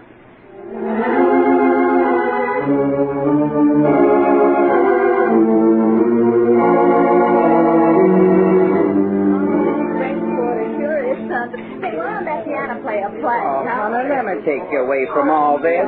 Come on, let's start our audio. It was in the French Quarter. They served a thing called a Sazerac and promised a very good floor show at 1 o'clock. I sat there watching the piano player and feeling kind of sorry for myself. I figured I had more trouble than anybody else, so I had 3 for Regan. It was about then a tall redhead with a long cigarette holder eased off her stool at the other end of the bar, patted a bald-headed guy on the head, and came over my way. She gave me time enough to get a whiff of her perfume and then leaned into me. Jane? Mm-hmm. Me too. I'm the new headliner. I'm going to dance pretty soon. You ain't antisocial, are you, mister? No, Red. I'm just lonesome for home. Where's that? Los Angeles. Hey, that's a good time. And what are you doing here? Work. I'm the new stripper. Oh, yeah, you told me. That's a tough racket. Pick 'em up and put 'em down, put 'em on, take 'em off. 10 years now. That right? How about drink? No, never when I'm working. Later, maybe? Maybe. Are you sure you ain't antisocial? I look all right, don't I? I mean, I ain't slipping. Come here. Let go. No hard feelings, Red. I just want to see your face. You're crazy or something? Come on, stand still now in the light. What's the matter? Something wrong with me? No, not a thing, baby. You're just fine. How long did you say you've been dancing? Dancing till you let go. Oh, hold still. That makeup. You wear it all the time? That's doing my business. All right. You had me scared there for a minute. You oughtn't to grab hold of a girl like that. Red, you mind if I ask you a personal question? Well, now, wait a minute. I just met you. No, it's about your face. What's the matter with my face? Oh, it's beautiful. Oh.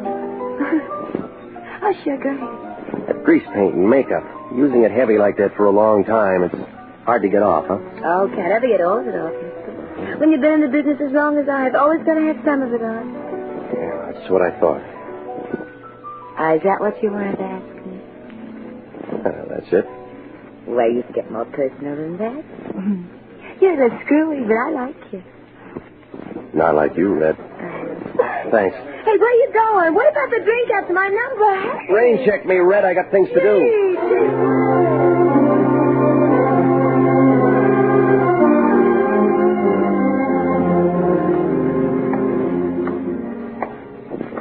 I had to go back to Janice King's apartment. It was a sticky, sick kind of New Orleans night. From one lighted street, I turned off on Ursuline, a darker, dirtier street. I stopped, right in the middle of the block. All kinds of people have followed me at one time or another, and I've followed all kinds of people. But this had a professional feel to it. Stood there, listening, remembering my automatic and my suitcase back at the hotel.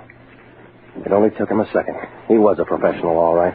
All I could see was well-pressed gabardine, 2 arms, and a hand-painted tie. The next thing was a gun butt carefully wrapped in a white linen handkerchief. Settled slowly against the side of my head. One of the well-pressed arms reached over and held me under the shoulders. I yelled at the top of my lungs, but there wasn't any noise. Regan of International was out as cold as a can of beer.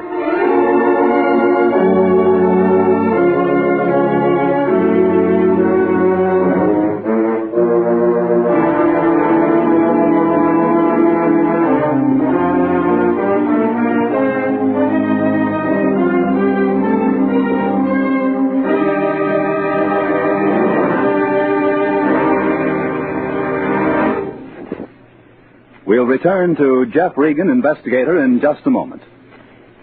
An easy way to save for future security is by a payroll deduction for savings bonds. Or if you're not paid on a salary basis, you can purchase savings bonds at your nearest post office, bank, or Savings and Loan Association office. Now is the time to ask your employer to start deducting for savings bonds, or to buy a bond on your own. If no other plan is feasible, your bank will deduct enough each month from your savings or checking account to buy a savings bond. For money in the future, buy United States savings bonds. You'll be glad you did.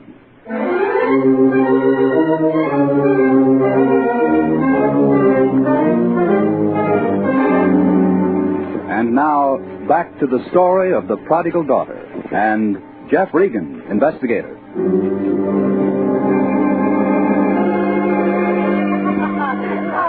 I declare you amaze me. When you look at that, isn't that all plain? Him all dressed up like We won't pay any attention to him, honey. The next thing I knew, a man in a straw hat and a polo shirt was kneeling down beside me, carefully smelling my breath. Easy now, buddy, easy. You've been making whoopee. Yep, that Sazerac will do it every time. Ooh. You know, you folks visiting down here ought to be more careful. Get your suit all dirty?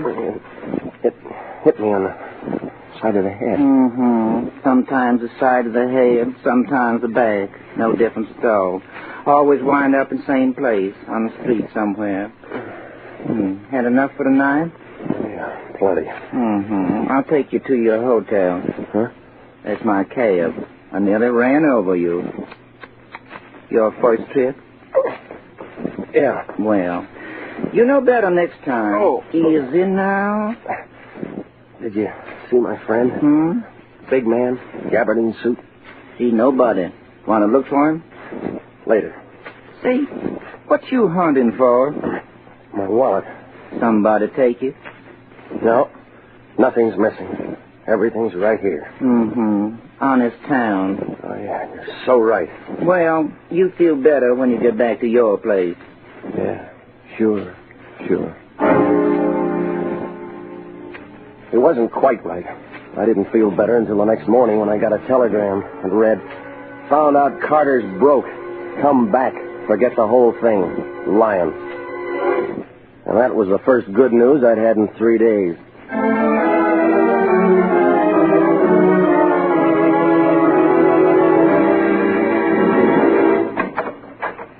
Oh, it's you. What are you doing here? She's buried, gone. Yeah, I know. I came back to see you. Wait a minute. You can't come in here. I just did. What do you want now? You. Yes, you. I was hired to come to New Orleans and bring Patrice Carter back to Los Angeles. She's dead and buried, and you know it. That's what you say. That's what a death certificate says. There's only one thing I learned lately. Don't believe what people say. Don't believe what death certificates say. I don't know what you're trying to do, but... Oh, stop it, will you? I know you're Patrice Carter, and I know the girl who was buried yesterday was the real Janice King. And I know somebody's trying to make a monkey out of you and a monkey out of me. Now, listen to me. If I have to, I can have that body exhumed. I can go into fingerprints and birthmarks, and a lot of things, but I don't think I'll have to. You see, Patrice Carter wasn't the type to do a striptease for a living. You're just trying to make something out of nothing. I'll call the police and have them arrested. Last night, I ran into the redhead who took her place. She told me what a tough life it is. 10 years of wearing grease paint can be kind of rough on your skin. The dead girl I saw had those kind of marks. The girl I'm looking for couldn't have been in the business that long. Why don't you leave me alone? I don't know who talked you into a thing like this, but it's all wrong. He's an old man now. He's broke and lonely, and he wants to see you. I don't know what your differences are, but I want to take you back. Well, what do you say? He was so off. He hated. I know he did. I never want to see him again. What's he been telling you? Oh, Tim. Oh, Tim, he knows everything. He doesn't know anything. He'll never know anything. This your boyfriend? He had a phony accent when he tried to shake me down in the hotel lobby. Get out of here, Regan. I played ball, and you had to quit trying. It all fits now. This guy's been holding your hand for the last year. He's been real sympathetic. Get out before I throw you out. He told you how to trade names with that poor kid who was dying of leukemia. He told you to send me to that morgue for a death certificate.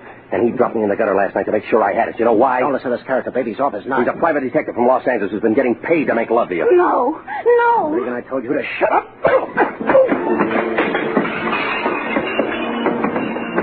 Oh, he was good at the side street work, but this was an apartment. He didn't have enough room to move fast. I let him have the top of my head under his chin for a starter. And then I took a lot of feet in my face, but when he started to cross the carpet pulling for that 38, I saw my chance. She stood there and watched him go down.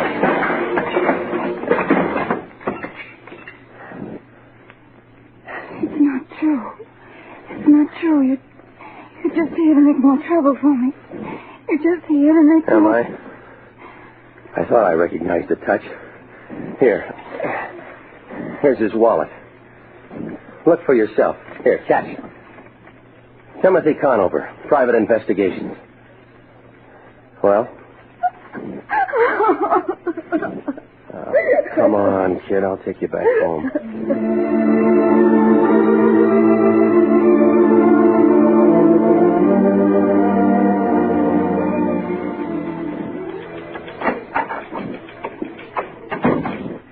You're back. How was New Orleans? Oh, I didn't know you had someone with you. I'll see you later, Melody. The lion in? Yes, but I wouldn't go in. He's in a bad mood. Uh-huh. What else? Come on, Pat. Regan! So you finally got back, did you? I suppose you've on an expense account that took a horse. Well, let me tell you that it's all coming out of your salary. We didn't make a nickel on that Carter thing, and who's this? Patrice Carter. How do you do, Mr. Lyon? I thought I told you to leave her down there, because that old schmo was giving us the runaround and hasn't got a nickel to his name. Besides, she's dead. Yeah, she's dead. That's right. Here's a death certificate to prove it. Now listen to me before you blow the rest of your cylinders. I went to a lot of trouble to bring this girl here. Well, you can send her back where she came from, and I'll take her fare out of your salary. On the train coming back, Mr. Regan explained a great many things to me about myself and about you, Mr. Lyon. Well, I wish you'd explain something to me. When I was a baby, my father placed a trust in a large holding company under my name. $50,000. And I can claim it any time after my 21st birthday. Yeah? How old are you now? Old enough. Mr. Regan found out that much. I made a phone call to Dun and Bradstreet, know a lot of things. Go on. Nothing more, Mr. Lyon, except I claimed that trust today, and I'll be glad to pay you the $2,000 fee that my father promised you. Well, now, that's very generous of you, Miss Carter. The International Detective Bureau is proud to have had a small part in bringing you and your estranged father together. I'm not going back to him, Mr. Lyon. I don't want to see you. Now, my dear, you're upset. Leave her alone, Lyon. Now, look. I tussled with a private detective named Conover down in New Orleans. He'd been hired by old man Carter to convince Pat that she should switch names with a burlesque girl who was dying of leukemia. Conover does a good job. When the girl dies, Conover wires Carter. Carter comes to you, you call me in and hustle me off to New Orleans, where, according to a perfect setup, I find a phony Patrice Carter dead. I bring back a death certificate, which you turn over to Carter, and then he walks right down and collects that trust fund, which reverts to the original maker only on death. And him with that story about being old and lonely and wanting only to see his daughter. Telling me he'd pay me a $2,000 fee. Why, that dirty crook, he's no better than I am. He tried to make a sucker out of me. He did. You fell for the whole thing. Trust fund in your name. Well, young lady, you can sit right down here at my desk and make out your check. And then I think that as long as you're in town, you might just drop over and see your old father. International Detective Bureau is in business to make people happy. And that's all. You can pay. Did everything come out all right? Yeah, I guess so. She's writing a check. That's what he wants. Cigarette? Yes. Thank you. Why do you do it, Jeff? Hot in here, isn't it?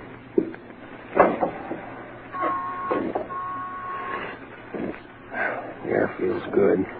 Makes you clean. He doesn't care whether it's homicide or arson or a lost daughter or just people getting kicked around. He makes money on it. I help him. You didn't answer me. Why do you do it?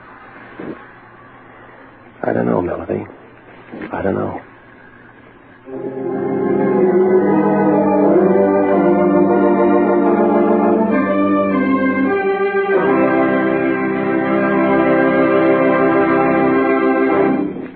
Remember, an easy way to save for the future is to buy United States savings bonds. You can buy bonds at your nearest post office, bank, or savings and loan association, or you can ask your employer to start deducting for a bond a month on the payroll savings plan.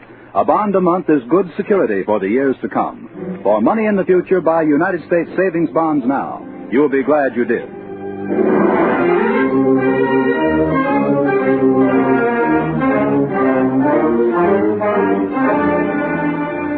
Jack Webb is featured as Jeff Regan, Investigator, with Wilms Herbert as Anthony J. Lyon and Lorette Philbrandt as Melody. Tonight's cast included Betty Lou Gerson as Red, Lou Krugman as Conover, Theodore Von Eltz as Mr. Daniel Carter, Eve McVeigh as Patrice Carter, and Harry Lang as... How's things in Los Angeles? Remember, it's CBS same time next week for hard-boiled action and mystery with radio's most exciting private detective, Jeff Regan, as he tells the story of the Lonesome Lady. Jeff Regan, Investigator, is written by E. Jack Newman, produced and directed by Gordon T. Hughes, with original music by Del Castillo.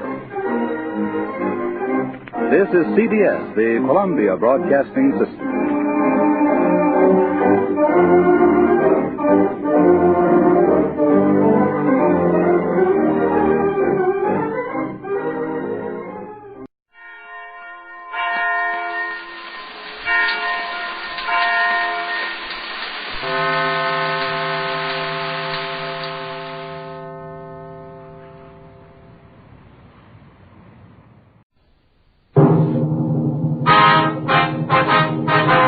Sound off for Chesterfield. Chesterfield, the only cigarette in America to give you premium quality in both regular and king size, brings you Dragnet.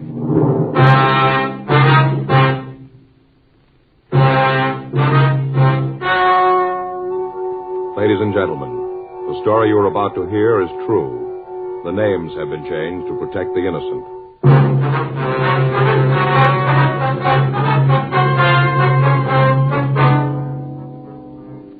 You're a detective sergeant. You're assigned to narcotics detail.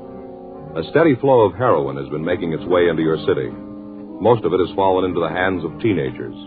You don't know the source or the head man of the operation. Your job, stop it. The modern way to sell cigarettes is the Chesterfield way. Premium quality in both regular and king size. And we're the only one that gives it to you. Premium quality in a cigarette means the world's best tobaccos, the best ingredients, the best cigarette paper. Only Chesterfield gives you this premium quality in both popular sizes. King-size Chesterfield contains tobaccos of better quality and higher price than any other king-size cigarette. Well, that's certainly important to every king-size smoker. Of course, it's the same fine tobacco as in regular Chesterfield. There is absolutely no difference, except that king-size Chesterfield gives you more than a fifth longer smoke. Yes, the modern way to sell cigarettes is the Chesterfield way. Premium quality, both regular and king size. Chesterfield is much milder. Chesterfield is best for you.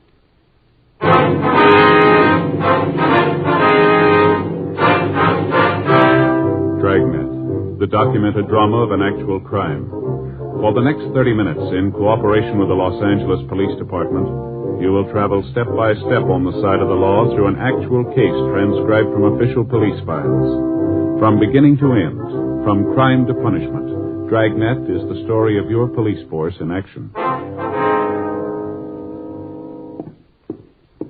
It was Tuesday, April 6th. It was warm in Los Angeles. We were working the day watch out of narcotics detail. My partner's Frank Smith. The boss is Captain Kearney. My name's Friday. I'd just gotten off work, and I'd gotten a call from a friend who wanted to see me. It was 5:46 p.m. when I got to my apartment house. Apartment 12. Hi, Joe. Oh, Ed. Just getting ready to go in. Come on in. Got you. Go ahead. Thanks. Sit down. You got a date or something? No, it's all right. I just thought I'd get something to eat and then maybe take in the show. What do you want to see me about? It's about Gary, Joe. Your boy? Yeah, I don't know quite how to say it. Yeah, well, you sounded pretty upset on the phone, Ed. I was, Joe. I still am. I don't know what I'm going to do. Well, come on. What's it all about? It's all I could do to keep my hands off him. I never felt like that with anybody before, but I did with Gary. I wanted to strangle him. All right, now what's he done, Ed? He's a dope addict, Joe. Well, that's a pretty serious thing to say, Ed. Are you sure about that? I am now. First, I couldn't believe it, but tonight Ellen and I went through his room. We found this. Here. Uh-huh. Open it. See? Yeah. Looks like a layout. I couldn't find any drugs in it. I know that he's using them, though. Spoon, eyedropper, needle. Yeah, everything's here. Where'd you find this, Ed? In his room. Had it hidden up on the shelf in his closet. I found it tonight. I didn't know what to do, Joe. Helen's been crying all day. She's almost out of her mind. You were the only one I could think of coming to. Who do you talk to when you find out your son's an addict? Well, now, Ed, are you sure this is his in the first place, that he's been using it? Yeah, I'm sure. I never would have believed it. Not Gary. There's no reason for it. We'd given the kid everything he wanted. There's nothing he didn't have. Good home. Helen and I have always tried to understand his problems. Always looked at them like they were important. Everything. We gave him everything. Now this. I don't know what to do, Joe. I got no place to turn. There's nothing I can do. Maybe you can figure a way. Maybe you can't. I don't much care anymore. I just know that I can't see him again. Not for a while. I'm afraid, Joe. I'm real afraid. All right, now, let's take it easy, Ed. We'll work this out some way. You don't know what it's like, Joe. You can't. To feel like this and to know you'll do it. What? I see him again, Joe. I'm going to kill him. I'd known Ed Field for the past 7 years. I'd met him when we were conducting an investigation while I was assigned to Bunko Division. His testimony had been instrumental in breaking up a gang of shoplifters. Since then, we'd become very good friends. He lived just down the street from my apartment, and on occasion we got together for an evening. I knew his wife, and I'd met his 18-year-old son, Gary. The boy was a senior in high school, and as Ed had told me many times, his grades were well above average. The Field family was moderately well-to-do. Their home wasn't luxurious, but it was good-sized. To look at the boy, there was nothing that would cause anybody to think that he might be a user. 6:12 p.m. Field and I arrived at his home. Helen Field was waiting for us. She was a nice-looking woman in her early 40s. She led us in the house and showed us to the living room. It was obvious that she'd been crying. I don't know how to thank you for coming over, Joe. I guess Ed told you what it's all about. Yes, Helen, he did. Gary home yet? No, I haven't heard a word from him since he left. I didn't tell Joe what happened this afternoon. Thought it'd be better if he got it from you. Oh, all right. You want to sit down, Joe? Sure. I'll tell you. Thank you. Well, Gary came home this afternoon about 2:30. Mm-hmm. Walked into the house and went right to his room. He didn't say a thing to me. First, I thought that maybe he might be sick. I went to the room and he'd locked the door. I knocked. Asked him if he was all right. Yeah. He called through the door that he was okay and for me to leave him alone. I asked him if there was anything I could do. You know, if he was sick, he might need something. I understand. What did he say? Told me to get away. To leave him alone and get off his back. Those were his exact words. Leave him alone and get off his back. Mm-hmm. About 20 minutes later, he unlocked the door and came out. He seemed to feel fine. He came over and kissed me and said he was sorry about what he'd said. Said that he hadn't been feeling well and that he'd said those things without meaning them. Mm-hmm. I told him that he ought to wait until I could take his temperature. He said there was nothing wrong. For me to get out of his way. That he had some business to take care of and be home for dinner. I tried to stop him from leaving, and he pushed me aside. He knocked me down. Get my hands on him, I'll teach him. He stood there for a minute, and I thought he was going to cry. But he just turned around and walked out. Well, you any idea where he might have gone? What this business was that he was going to take care of? No, not the slightest idea. You see what we're up against, Joe. I'm afraid to even see the boy. Yeah. When did you first figure that he might be using narcotics? When I came home, Helen told me what had happened. I thought about what would make the kid do a thing like this. The more I thought about it, the more there had to be only one reason. That's when Helen and I went through his room and found that kit. Mm-hmm. Has the boy been ill at all lately? Under a doctor's care? Something that you might not know about? No. I'm sure that if he was, we'd know about it. I want to see you, Gary. Yeah, I'll be right with you. I want to see you right now. You'll have to wait. Maybe there's something wrong with your ears, son. I'm not going to take that from you. Please, Ed, don't do something you're going to regret. Now listen, Helen, that boy's 18 years old. For all that time, we've done everything we could for him. We've given him a lot more than most boys his age have. I'm not going to stand by and see it all blow up just because he's a kid. That's no excuse. I want an answer for all this. What he's been doing, what happened this afternoon. I want those answers, and I want them now. Remember, he's only a boy. And I'm getting sick of that, too. Where is it? Now, listen, boy, I know what's been going on. I want to talk to you about it. I don't want you to lecture me. All I want to know is where's the kid. Take it easy, son. What are you doing here? I asked him to come over. You didn't turn me in, huh? Your dad asked me to come over and see if I could help here. I don't need nothing from you, cop. I want the layout. Where is it? You aren't going to use that anymore. I want the layout. I got to have it. Where is it? Please, Gary, don't get your father any more mad than he is. I don't care how sore he is or how sore he gets. I want the layout. I want it now. I can't think of any more simple way to say it. If I have to take it away from you, then I'll do it your way. You lousy bum. I'll teach you to talk to me. All right, take it easy, Ed. This isn't going to get you anywhere now. Come on, settle down, both of you. Get out of here. Get him out of here. Joe, I swear I'll break him in two. Please, Ed. Joe, do something. Let him go. It's about time he found out I'm old enough to call things my way. Go on, let him go. I'm not afraid of him. I'm not afraid of you either, cop. I'm not worried about anybody. All I want is that kit. I gotta have it. I got it. I'll give it to me and we can talk then. I gotta have it fixed. I got it. Joe, do something, please. All right, come on, sit down. Sit down, boy. This has gone far enough here.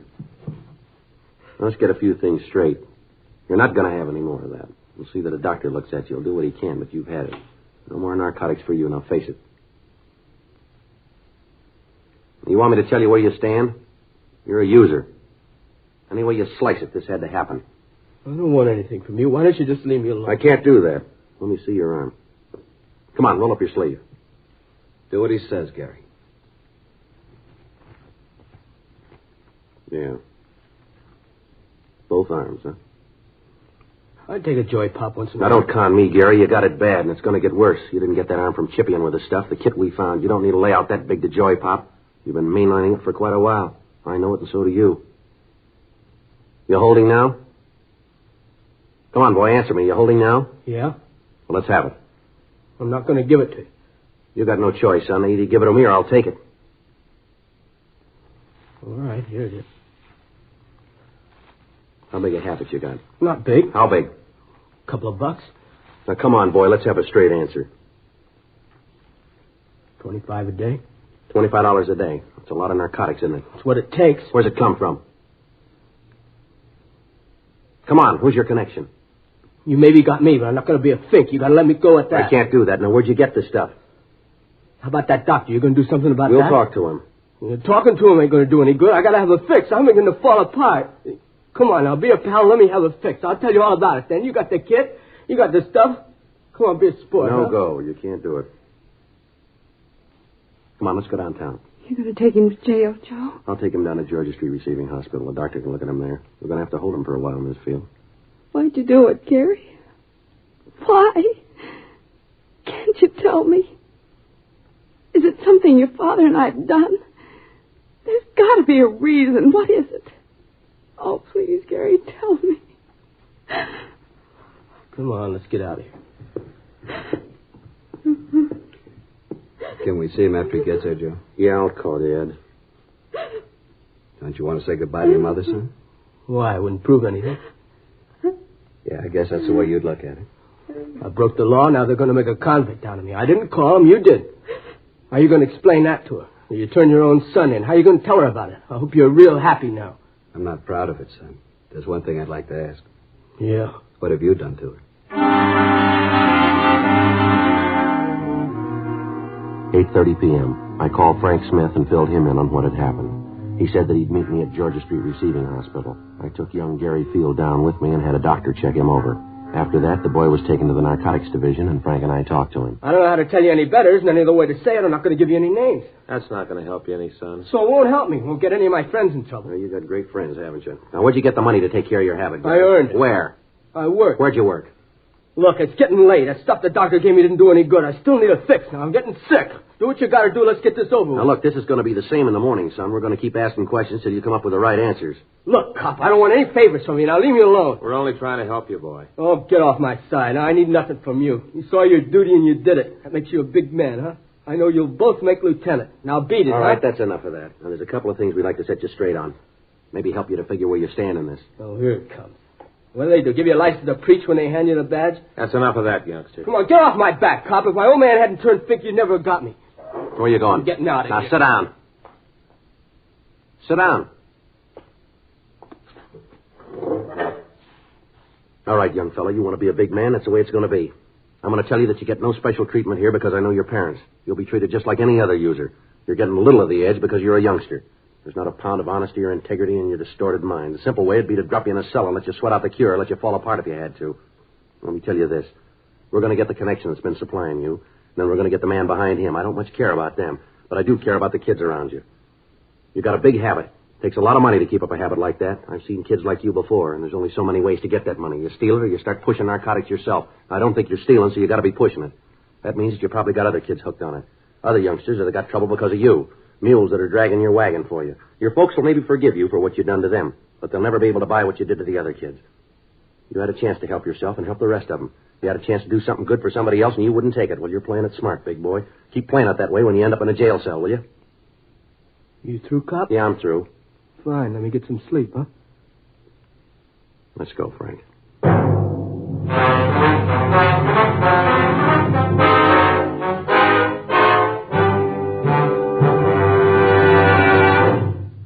You are listening to Dragnet, the authentic story of your police force in action. Friends, you'll remember some months ago we read you our first report, the 6 months report on the effects of smoking. Then more recently we read you the 8 months report. Now here is the latest one. The full 10 months report confirms again. The group examined showed no adverse effects on the nose, throat, and sinuses from smoking Chesterfields. This from a medical specialist who is making regular bi-monthly examinations of a group of people from various walks of life. 45% of them have smoked Chesterfield for an average of over 10 years. After 10 full months, the specialist reports he observed no adverse effects on the nose, throat, and sinuses of the group from smoking Chesterfield. That's the report. Buy much milder Chesterfield, regular or king size. The cigarette that's best for you.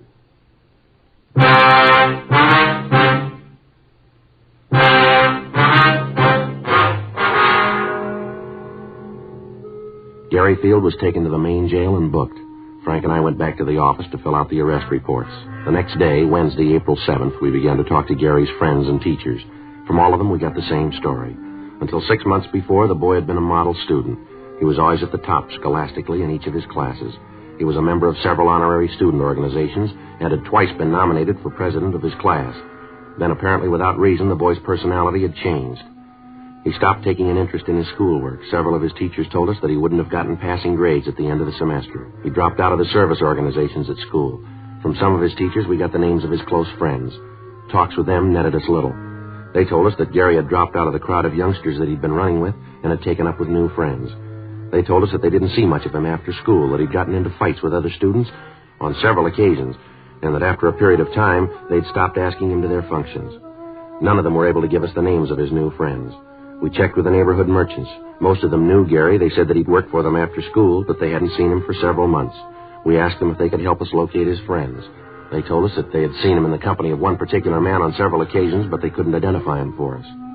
We got a description of the man, but it meant nothing to us or to the other members of the narcotics division. Photographs of known narcotic suspects were shown to the parents of Gary Field and to the storekeepers around the school. They couldn't identify any of them. 2 days passed. Friday, April 8th, we got a call from the field boy. Frank and I went over to see him. What'd you want to see us about, Gary? I wanted to tell you I've had it. What's that mean? I don't want to tell you about it. What's the matter? You been sick?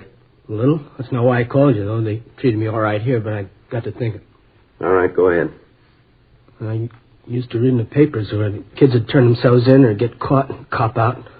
All about how they realized what they'd done. Always seemed like a lot of phony sob sister stuff.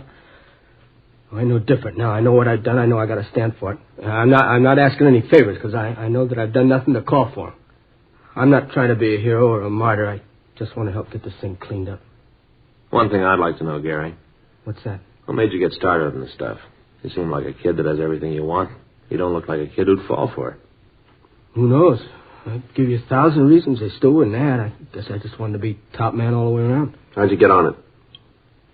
Started lushing it up, then the tea, then the heroin. That's the way it runs, isn't it? Most of the time. I didn't figure I'd ever be hooked. Thought it couldn't happen to me. How wrong you can be. How long you had the big habit? About 6 months. Chippied with it about the same time before then. Where'd you get the money? Guess we had to get to that. Huh? That's right. Where'd you get it?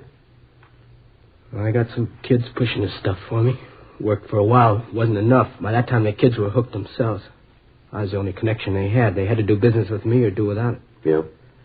I told them that if they couldn't pay me in cash, I'd take merchandise. They'd bring it. I'd sell it. That way we both came out all right. They got their H. I got mine. You mean you got them to steal, that it? Yeah, I guess so. I never asked where they got the stuff. I just took it and sold it. With that and the stuff they sold for me, I made out. These kids pushing H for you? No. Well, they're shoving tea. I sell it to them for 4 bits a stick. They get up to $1.50 for it. You know where they peddle it? No, I never asked. All I was interested in was if I got mine. All right, give us their names, will you? Guess that's the only way, huh? That's the only way. Okay, I'll give them to you. How about your connection? Who's he? Guy named Jack? Jack who? I don't know, honest. I really don't. Where'd you meet him? Drive-in downtown. Where? Drive-in at the corner of Reno and Vernon. How do you set up the meet?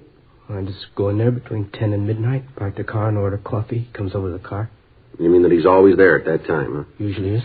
So your only source? Yeah. Anyone else pushing it around there? No, as far as I know. I think he's the only one in the operation. All right, you'd be willing to arrange a meet with him so we can pick him up? Yeah, I'll do it. All right, fine. Sure want to see the folks. I got so much to make up for. That's right, you have. Don't think I'll live long enough to do it all. 9:32 a.m. We got a description of the suspect known as Jack and also the names and addresses of the teenagers involved. Frank and I contacted the juvenile authorities and gave them the information. We went back to our office and had Gary Field check our files of known narcotic suspects. He was unable to give us an identification on Jack. 11:56 a.m. We took the boy to his home and talked with his parents. 12:30 p.m. Frank, Gary Field, and I drove to the corner of Vernon and Reno to check over the drive-in restaurant.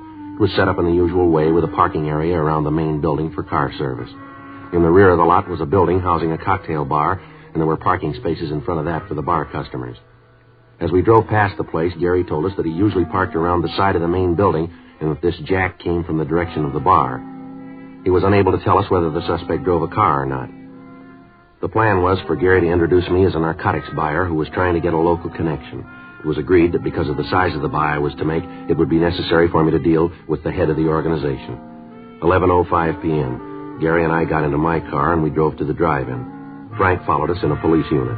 We arrived at the meet at 11:14 p.m. Frank stayed in the background and we waited. The suspect failed to make an appearance. The next night, the plan was repeated. Again, nothing. Sunday, April 10th, 10:05 p.m. We arrived at the drive-in. We waited. 11:05 p.m., 11:15, 11:30. No sign of the suspect. Midnight, 12:04 p.m. Looks like he isn't going to be here. Thought you said he usually showed up, didn't you? I don't know what happened. He was always here before. You sure you got the right drive-in? Look, Mr. Friday, I know what you're thinking, but I'm telling the truth. Yeah, you know all this is kind of tough to buy, don't you? 3 nights and he isn't here. I don't understand. He was always here before. Wait a minute. Yeah? Hold it. Yeah, that's him, coming over from the bar. All right, which one? There's a couple of people coming out there. The big one. Seeing the gray suit, the hat? Yeah. You sure that's this Jack? Positive, Mr. Friday. All right, now you look. You know what you're going to do. Don't let on that anything's wrong here. Remember that nothing's going to happen to you. I'll remember. All right, now hold on. He's coming over. Hi, kid. Hi, Jack. Been looking for you. Where you been? All right. Who's your friend? Oh, yeah, I want to talk to you about him. Wants to do business with you. What are you talking about? What business? Look, Jack, he's all right. I know it. Think I'd have brought him here if I didn't know it? Oh, he's all right. He's a friend of yours. You know the bit, any friend of yours. I don't know what to talk about businesses. I don't know what you're doing here, but I'm here for a cup of coffee. Better let me talk to him alone.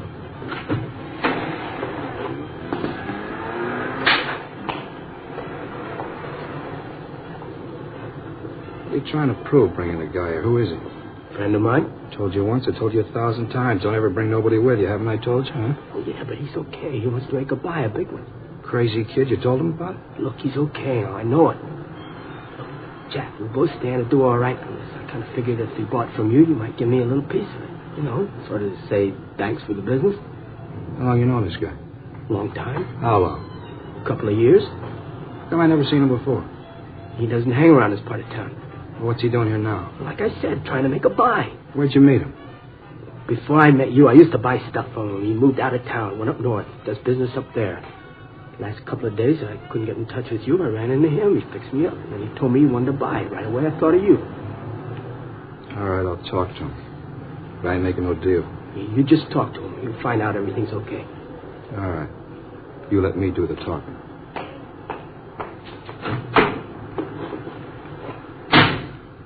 Joe, this is Jack, the fellow I was telling you about. Hi. Hi. Kidder tells me you're down on business, all right? Yeah, I'm looking around. Nice place, L.A. A lot of business to do here. What line you? Whatever pays me. Where you from? Up north. Mm-hmm. How long you known Gary here? Now, you listen to me. I haven't got all night to stand around here and guzzle his stale coffee with you. The kid told you what I want. Now, it boils down to one simple question. You want to do business or don't you?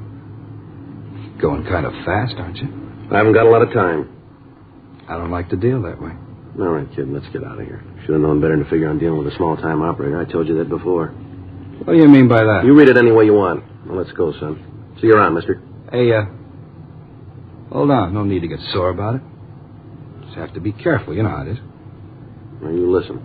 I was shoving horse when you were playing with marbles. I've outgrown the kid games. I thought I could make a buy. I see I was wrong. Maybe not. What? I said maybe we could do business. I gotta have it tonight. How much you need? I need an ounce. It's gotta be good. Mm-hmm. I haven't got that much with me. How much have you got? I only got 12 bindles with me.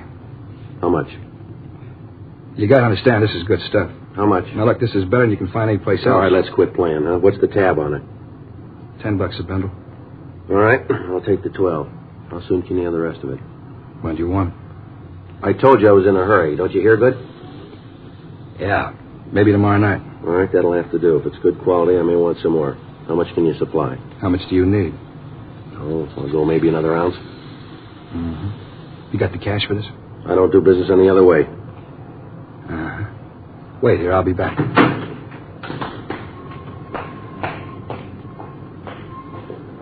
It's all right, isn't it, Mr. Frank? Yeah, Gary, everything's fine. You see where he's going? No, it's too dark. Don't you worry about it. Frank will see where he goes. I'll be glad when this is over. All right, hold it.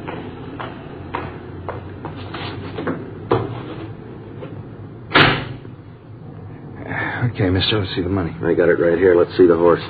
You got it? All right, looks all right. Here. You don't mind if I count this? No, go right ahead. It's all there. $120, isn't that what you said? Just to make sure. Yeah. 50, 70, 90, 110, 120. Yeah, all right, it's all here. Mm-hmm. Well, I'll see you tomorrow night, huh? Yeah, sure. I'll tell you, it's nice to do business with you. It's been a real pleasure, Well, it works both ways, mister. Mm-hmm. Well, I hope to see a lot more of you. You will. You're under arrest.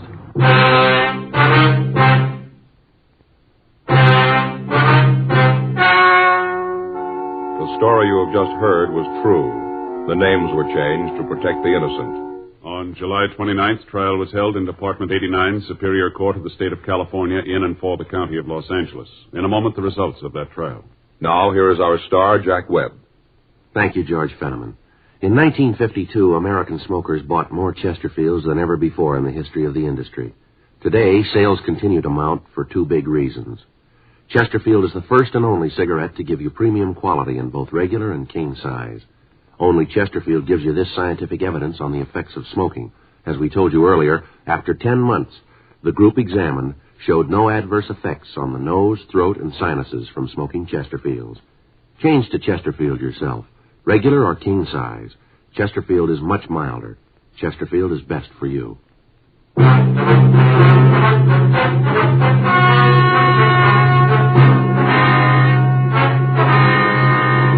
Gary Richard Field, because of his cooperation, was placed in a hospital for rehabilitation and at the conclusion of his treatment was placed on 3 years probation. The other juveniles involved were handled through the juvenile court and received sentences comparable with his. Jack Alexander Williams was tried and found guilty of violation of the State Narcotic Act, a felony, and was sentenced to the state penitentiary for the term as prescribed by law. Violation of the State Narcotic Act, a felony, is punishable by imprisonment for a period of not more than 6 years in a state prison.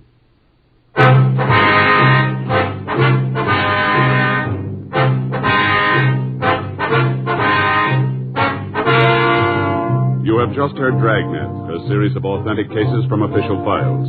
Technical advice comes from the Office of Chief of Police W.H. Parker, Los Angeles Police Department. Technical advisors Captain Jack Donahoe, Sergeant Marty Wynn, Sergeant Vance Frazier. Heard tonight were Ben Alexander, Harry Bartell, Virginia Gregg, Eddie Firestone. Script by John Robinson. Music by Walter Schumann. Hal Gibney speaking. For a million laughs, tune in Chesterfield's Martin and Lewis show Tuesday night on this same NBC station. And sound off for Chesterfield, either regular or king size. You'll find premium quality Chesterfields much milder. Chesterfield is best for you. Chesterfield has brought you Dragnet, transcribed from Los Angeles.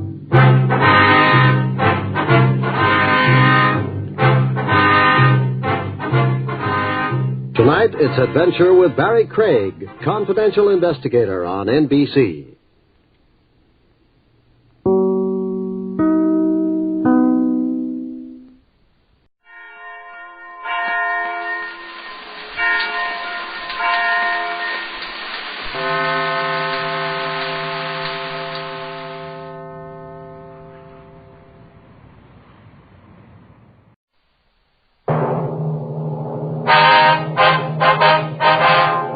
Sound off for Chesterfield. Chesterfield, the first and only cigarette in America to give you premium quality in both regular and king size, brings you Dragnet.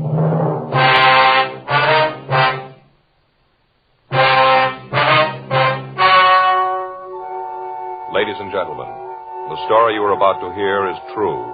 The names have been changed to protect the innocent.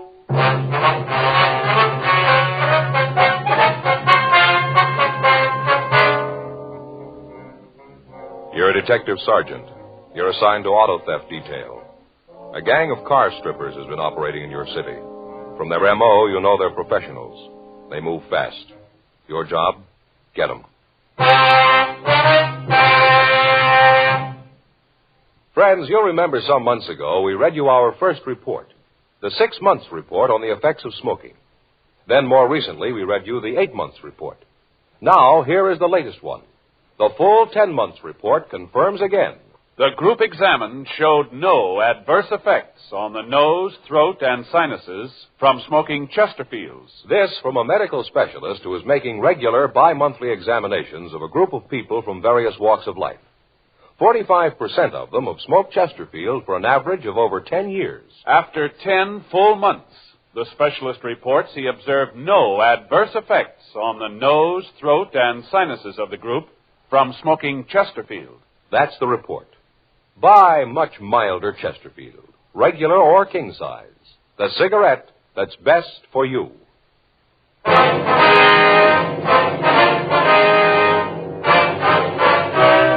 Dragnet, the documented drama of an actual crime. For the next 30 minutes, in cooperation with the Los Angeles Police Department, you will travel step by step on the side of the law through an actual case transcribed from official police files. From beginning to end, from crime to punishment, Dragnet is the story of your police force in action.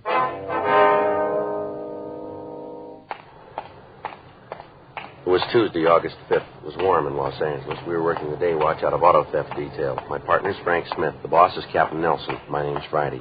I was on my way back from the telephone booth, and it was 10:23 p.m. when I got to the parking lot. Our car. You called in? Yeah, they haven't hit tonight so far. What's the time now? A little after 10:30. Parking lot's about empty. Yeah. The attendant left a few minutes ago. Frank? Yeah, I see him. Over there going for that Cadillac. Yeah. You got a good look at him? No, it's too dark. He's forcing the door. Come on. Right. All right, hold it up there. He's in the car, Joe. All right, hold it up. He isn't going to stop. He's heading for that intersection. He'll never get through. Come on.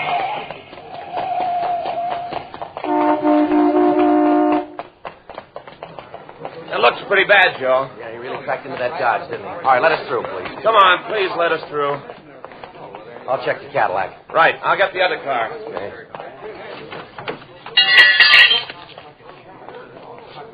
The 3 people in that Dodge are lucky. Doesn't look too bad. I'll call the ambulance. Yeah, we'll tell them to hurry. I don't think this one's going to wait. 10:46 p.m. The ambulance arrived, and after emergency treatment at the scene, the victims were removed to Georgia Street Receiving Hospital.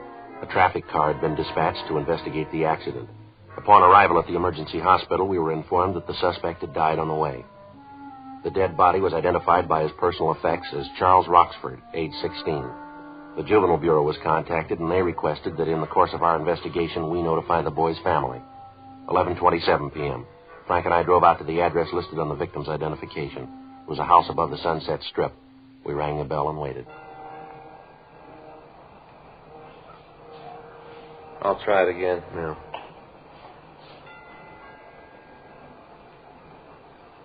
Somebody's coming. Mm-hmm. Yes? Mrs. Roxford? That's right. What is it? Police officers, ma'am. We'd like to talk to you. Police? Well, come in. I don't know what you want with us, but come in. Thank you.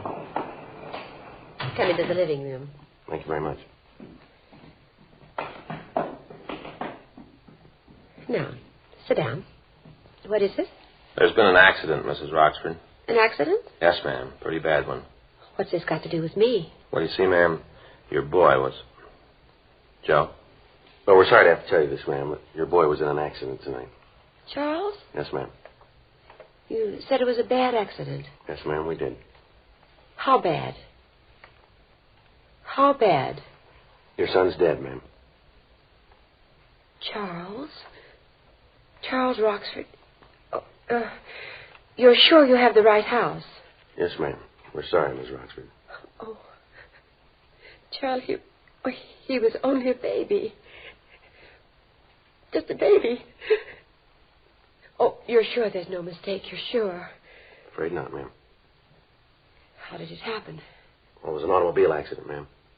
In an automobile? Yes, ma'am. Your boy was driving a car. Oh, but Charlie doesn't have a car. He doesn't drive. Your boy was driving a stolen car, Mrs. Roxford. What? Your son had a stolen car, ma'am. He was trying to get away. Well, that's not true. Afraid it is, ma'am. No. You're lying to me. Charles wouldn't do a thing like that. Afraid that's the way it is, ma'am. Oh, that's terrible. I can't believe that Charlie'd do something like that. I thought I knew him. I didn't think he'd do anything like that. Well, did you see it? The accident. Were you there? Yes, ma'am, we were. How did it happen? Well, he'd stolen the car, ma'am. He tried to escape. He ran the car out into a crowded street. One of the cars in the traffic didn't have time to stop. Your boy ran right into it. Wasn't there something you could do to stop him? Well, we tried, ma'am. We yelled at him. He almost ran us down. You know where your boy was tonight, Mrs. Roxford? No. No, he had dinner and then said he was going out. I thought he was going to a show or something. Mm-hmm. No, I didn't know where he was going. Did he leave the house alone? Yes. Left right after dinner, about 8. Said he'd be back later. Said he'd see me later. Then he left. Is there anything we can get for you, Mrs. Roxford? No, nothing. Where's your husband, ma'am? I guess he's at his office. He sells insurance. Said he had to meet a client tonight. I don't know what he's going to do when he hears about this. Going to hit him awfully hard. Awfully hard. Yes, ma'am. He and the boy were very close. I don't know what he's going to do when he hears about it. Did the boy give you any idea during dinner as to what he was going to do after he left? No, he didn't. I didn't talk much to him. Ma'am? You see, I wasn't here. I was out most of the afternoon. I didn't get home till just before he left. He just finished dinner and then he left. I see, ma'am. I was at the bridge club. I always go on Tuesdays. Oh, if I'd only known what was going to happen. Am I going to see him? Well, we want either you or your husband to identify him, ma'am. Charlie, he's dead. Just a baby, just a little boy. You were there. You could have done something. You're police officers. Isn't that your job? Beg your pardon? Well, isn't it your job to help people, to do something when they're in trouble? Well, yes, ma'am, I suppose it is, but it was a little late for that, wasn't it? What does that mean? Well, he was 16 when we met him, Miss Roxby. What's that got to do with it? Somebody should have tried a long time ago.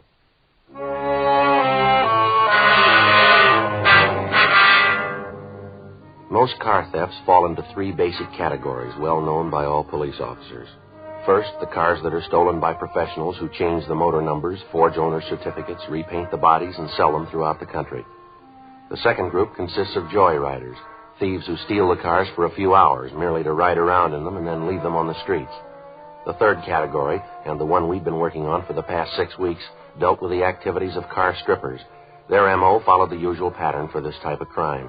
The car would be stolen and then driven to some lonely part of the city. There, all usable accessories would be removed. Radios, tires, air horns, side mirrors, anything that could be resold would be taken. In certain cases, the articles would be stolen while the car remained parked where the owner had left it. We found that the gang had become so proficient that they could break into a car and remove the radio, as well as other accessories, in under 10 minutes.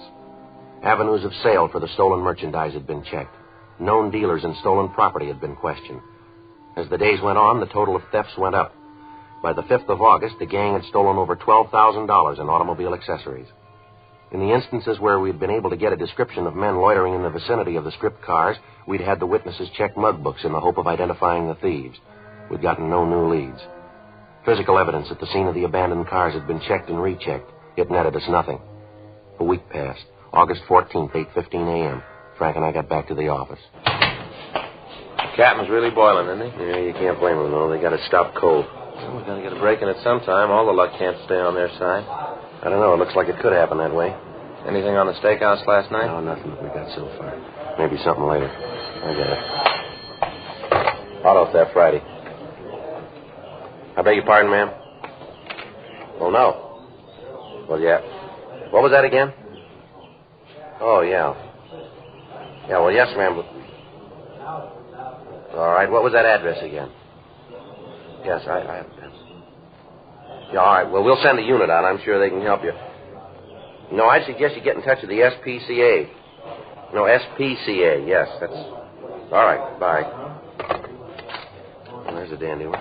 What's that? Woman lost a cat from her car. Want to know if we can get it back for her. Yeah? Says it's real easy to recognize. He has a collar on and he answers the name of Tabby. Oh, that makes it easier. Yeah. Olive F. Smith. Yes, sir. That's right. Uh-huh. Where are you calling from, sir? Yes, sir, that's on Wilshire, right? All right, sir, we'll be right there. Anything? Yeah, a doctor out on Wilshire parked his car out in front of his office. Yeah. Came back in 10 minutes. His car radio was gone.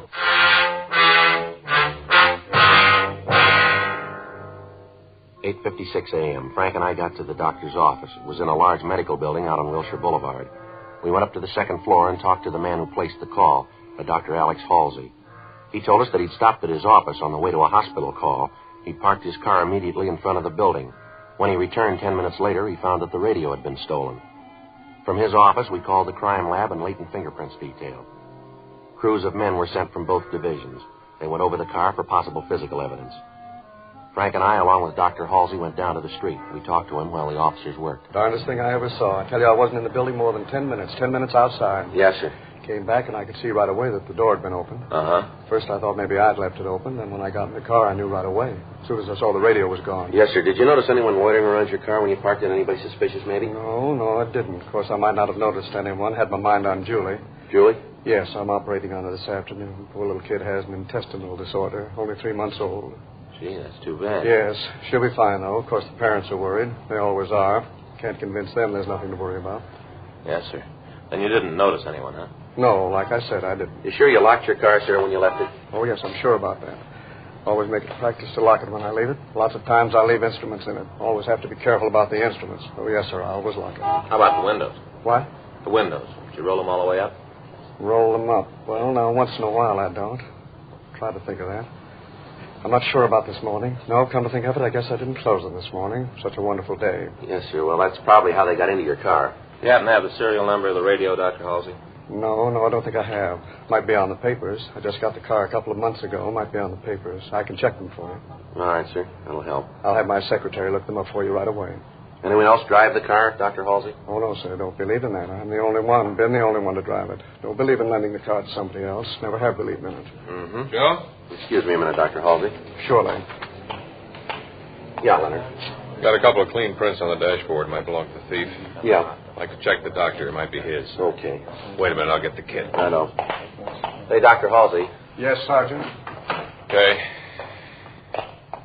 This is Sergeant Tankersley of the fingerprint department. He'd like to check your prints. How do you do, sir? All right, Doctor. Wonder if I could look at your fingers, please. Surely.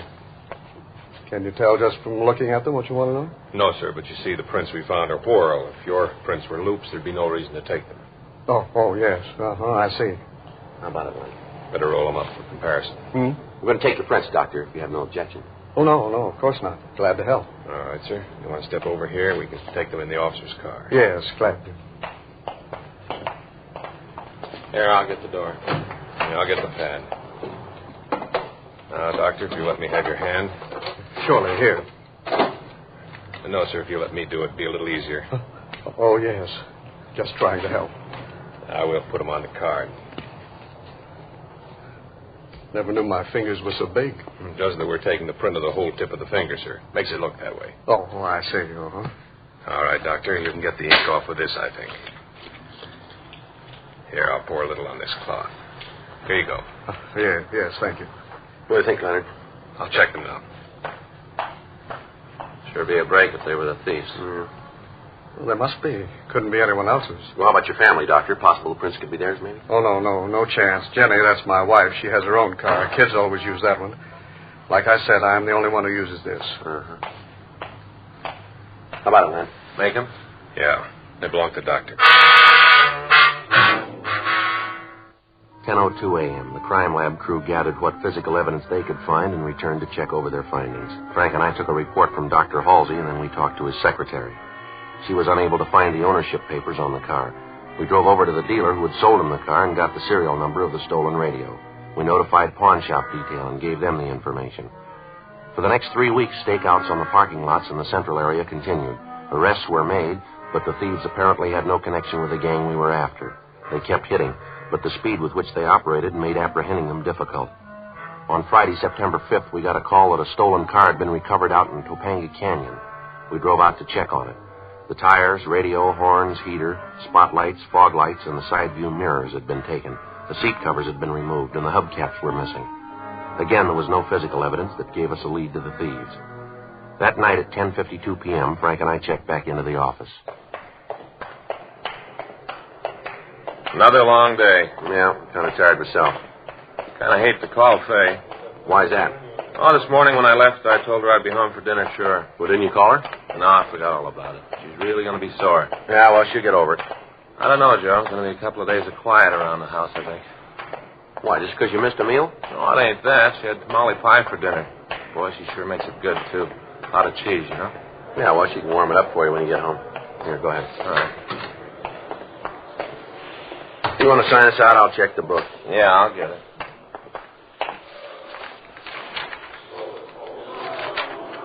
Anything? Yeah, a call from Brennan out in Wilshire. I'll call him.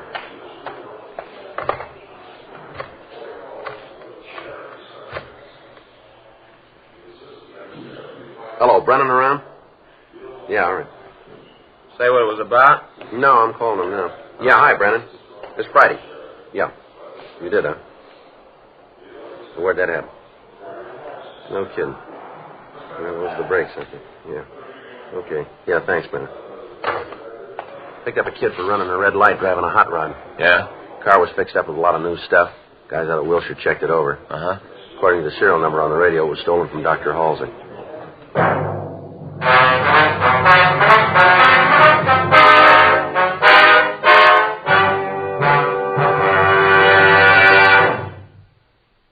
You are listening to Dragnet, the authentic story of your police force in action.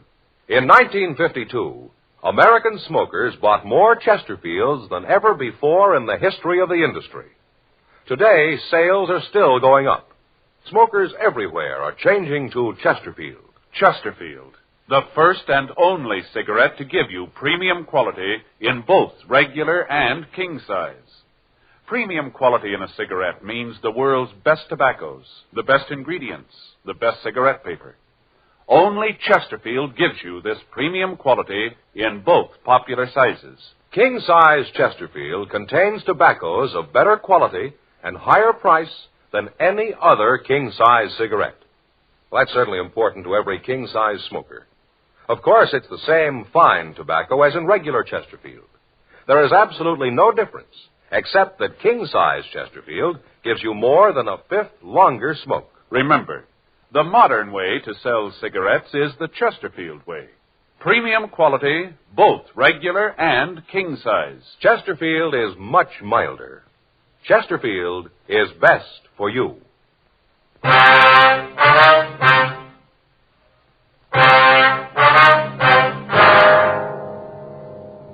11:27 p.m. Frank and I drove out to Wilshire Division. We checked with Sergeant Brennan, and he told us how the boy had been picked up. He'd run a red light at the corner of Pico and La Brea. He'd been stopped by two officers in a cruiser car. He was driving a cut-down 49 Ford that was equipped with Cadillac hubcaps, white sidewall tires, Chrysler horns, and a Cadillac radio. The officers had started to question him, and he'd attempted to escape. He'd been apprehended and brought to the station to be interrogated. In checking the serial number of the radio, the men from Wilshire Division had discovered that it was stolen and had left word for us. 11:45 p.m. We went to an interview room to talk to the boy. What's your name, son? Martin. First name? Herb Martin. You know why you're here, don't you? Yeah. You want to tell us where you got that stuff? I bought it. Where? Different places. You remember where? Not right off. How old are you? 19. Where do you live? It's on the report. We're asking you. Come on, Herb. 8297 Marianne Drive. Where were you going when they stopped you? Home. Where'd you been? Around. Same place you bought that stuff on your car, huh? Yeah, that's right. Now, look, you better come off this, young fella. You might think you're a big man, but you got things a little mixed up here. You got caught with a carload of stolen accessories. There's been a lot of stealing going on around town. The way your car looks, you could be responsible for it. Yeah, well, I'm not. You look good for it. Look, maybe I lifted the radio and stuff, but that don't mean I'm in on the other. Sure, I got no choice. You got me nailed for the stuff you found, but I'm not going to take it for the others. Maybe I stole that stuff, but that was for me. I didn't sell it like the others. Now leave me alone, huh? What do you mean, others? I don't know what you mean. You said the others. Well, I didn't mean others like Well, that. how did you mean it? Well, like the guys you're looking for. That's not the way it sounded. No, you said it like you knew who you were talking about. I didn't say it like that. That's the way it sounded. That's right, son. Now, why don't you tell us who you meant? Look, Herb, we haven't got all day. Come on, boy. We're going to get him sometime. Who'd you mean? All right, I'll tell you. We continued to talk to Herb Martin. He told us of the activities of a gang of car strippers who were working on order. He went on to say that from what he'd heard, if someone wanted to pick up some fast money, a connection could be made with a man on the corner of Sunset and Western. The man would give the order for the stolen merchandise and say where and at what time it was to be delivered. Herb told us that he had the opportunity to do business with the man, but that he turned it down. He was unable to identify the man who made the contact and said that he'd never heard him referred to by name. He gave us the names and addresses of two of the men who were working for him. 12:45 a.m. Frank and I left and drove back downtown. With the assistance of officers from Wilshire Division, the two young men were brought in for questioning. They identified their contact as a Richard R. Ogden. We ran the name through R&I and found that Ogden had a previous record of petty theft. From the 510 in his package, we obtained his last known address, but the landlady told us that he'd moved and left no forwarding address. She told us, however, that she thought we could find him at the Meyer Garage on South Hoover. We drove over and found that it was a small place on the corner of Hoover and Mariposa. The owner, Alan Meyer, told us that Ogden did work for him, but that he was out. He said that the suspect was expected back almost any time. While we talked to him, Meyer worked on a small foreign car. Great little cars. Get a real kick out of working on them. Yeah, sure nice looking. You sell them, do you? No, I just service them. Mm-hmm. Oh, now and then I get accessories for them. You know, I order them up, install them. Cost too much to keep a regular stock of them. Yeah. When did you say that Ogden would be back? We should be here now. Probably got hung up someplace. Yeah, latest thing is a hardtop. Made out of laminated fiberglass. Is that right? Yeah, it fits right over them. Kind of makes them look like a small rolls, you know. Then with wire wheel caps, baggage racks, wind wings, you can put a lot of money in them. Yeah, I guess so. What about all this other stuff here? Is that for these foreign cars, too? What do you mean? Oh, the tires, the hubcaps here? No, that's where I make most of my money. I go out and buy them from wrecks, bring them back here, straighten them out, resell them to the independent stations around town. They can sell them a lot cheaper than new ones run. We both make a little money out of it. Yeah. Mm-hmm. Say, you guys like some peanuts? No, thanks. Okay, you don't mind if I have some, huh? Sure you don't want any? No, thanks very much. I get so hungry in the morning, I keep these things around and munch on. Yeah. Go through a whole can of these a day. That'd kill me. I can get started on things you can't stop. You sure you don't want some? Huh? No, thanks. How long have you known this Ogden, Meyer? Oh, let's see. Guess it's been 10 years anyway. Went to work for me a year ago. Mm-hmm. Good man, brought a lot of business in. Say, what does she want to see him about? Oh, we'd like to talk to him. You don't want to tell me, huh? Be better if we talk to him, Mr. Meyer. Yeah. Well, here he is now. Hey, Dick. Yeah? A couple of fellas here want to see you. Yeah, what is it? You Richard Ogden? Yeah, that's right. Police officers. I'm Frank Smith. This is my partner, Joe Friday. What did you guys want me for? I'd like to talk to you, Ogden. Well, go ahead. Might be better if we went outside. Well, look, you can talk to him here. I got some work I can do in the office. Don't want to bother you, Mr. Meyer. No trouble at all. Well, now, what's this all about? You know a couple of kids named Jerry Z. Swanson and Harry T. Benson? Swanson and Benson? No, I don't think I do. They say they know you. Say they do some work for you. Sorry to bother you. Forgot my peanuts. It's all right, sir. I'll be in the office if you need anything. Thank you, sir. No, anything at all. Yes, sir. What about it, Ogden? What about what? You know the kids? It's Benson and Swanson. No, I told you once. All right, mister, let's go downtown. We'll talk it over there, huh? What for? Why are you pulling me in? I want you to meet the two boys if you don't know them.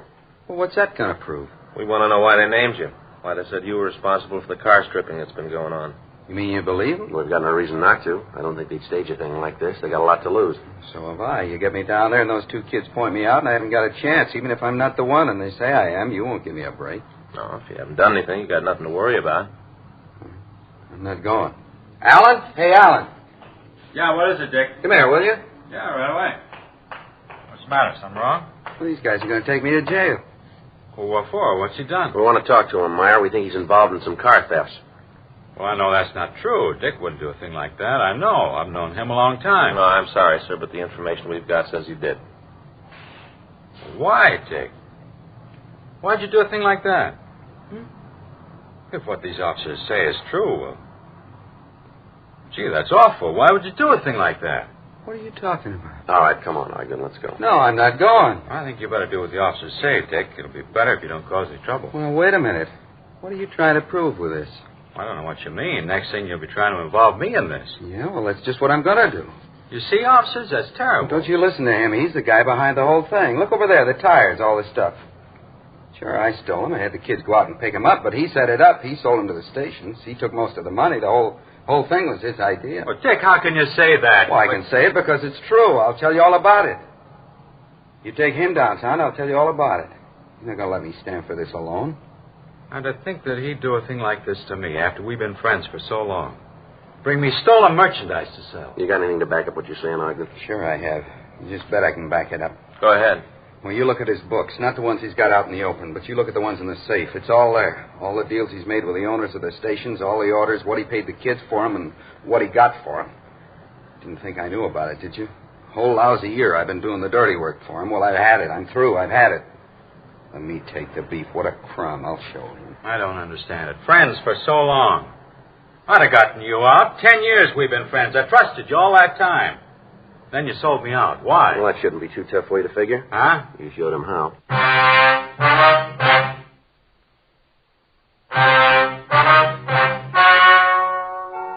The story you have just heard was true. The names were changed to protect the innocent. On January 21st, trial was held in Department 87, Superior Court of the State of California, in and for the County of Los Angeles. In a moment, the results of that trial. Now, here is our star, Jack Webb. Thank you, George Fenneman. Remember, only Chesterfield gives you this scientific evidence on the effects of smoking. After 10 full months, the group examined showed no adverse effects on the nose, throat, and sinuses from smoking Chesterfield. Now, speaking personally as a Chesterfield smoker, I know they're best for me. Either way you like them, you'll find Chesterfield is best for you.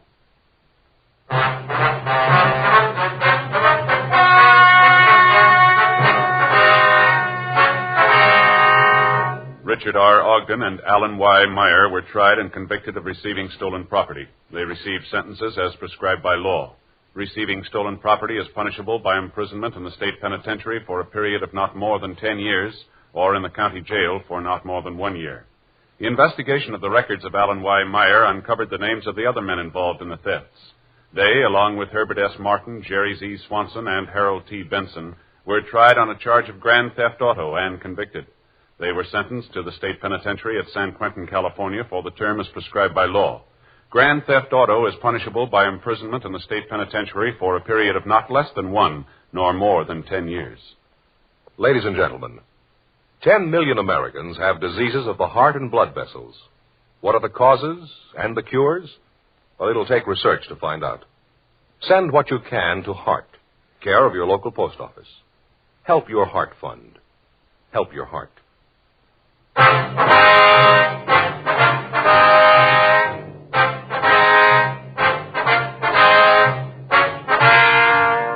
You have just heard Dragnet, a series of authentic cases from official files. Technical advice comes from the Office of Chief of Police W.H. Parker, Los Angeles Police Department. Technical advisors, Captain Jack Donahoe, Sergeant Marty Wynn, Sergeant Vance Brasher. Heard tonight were Ben Alexander, Sarah Selby, Art Gilmore. Script by John Robinson. Music by Walter Schumann. Hal Gibney speaking. For a million laughs, tune in Chesterfield's Martin and Lewis show Tuesday night on this same NBC station. And sound off for Chesterfield, either regular or king size. You'll find premium quality Chesterfields much milder. Chesterfield is best for you. Chesterfield has brought you Dragnet, transcribed from Los Angeles.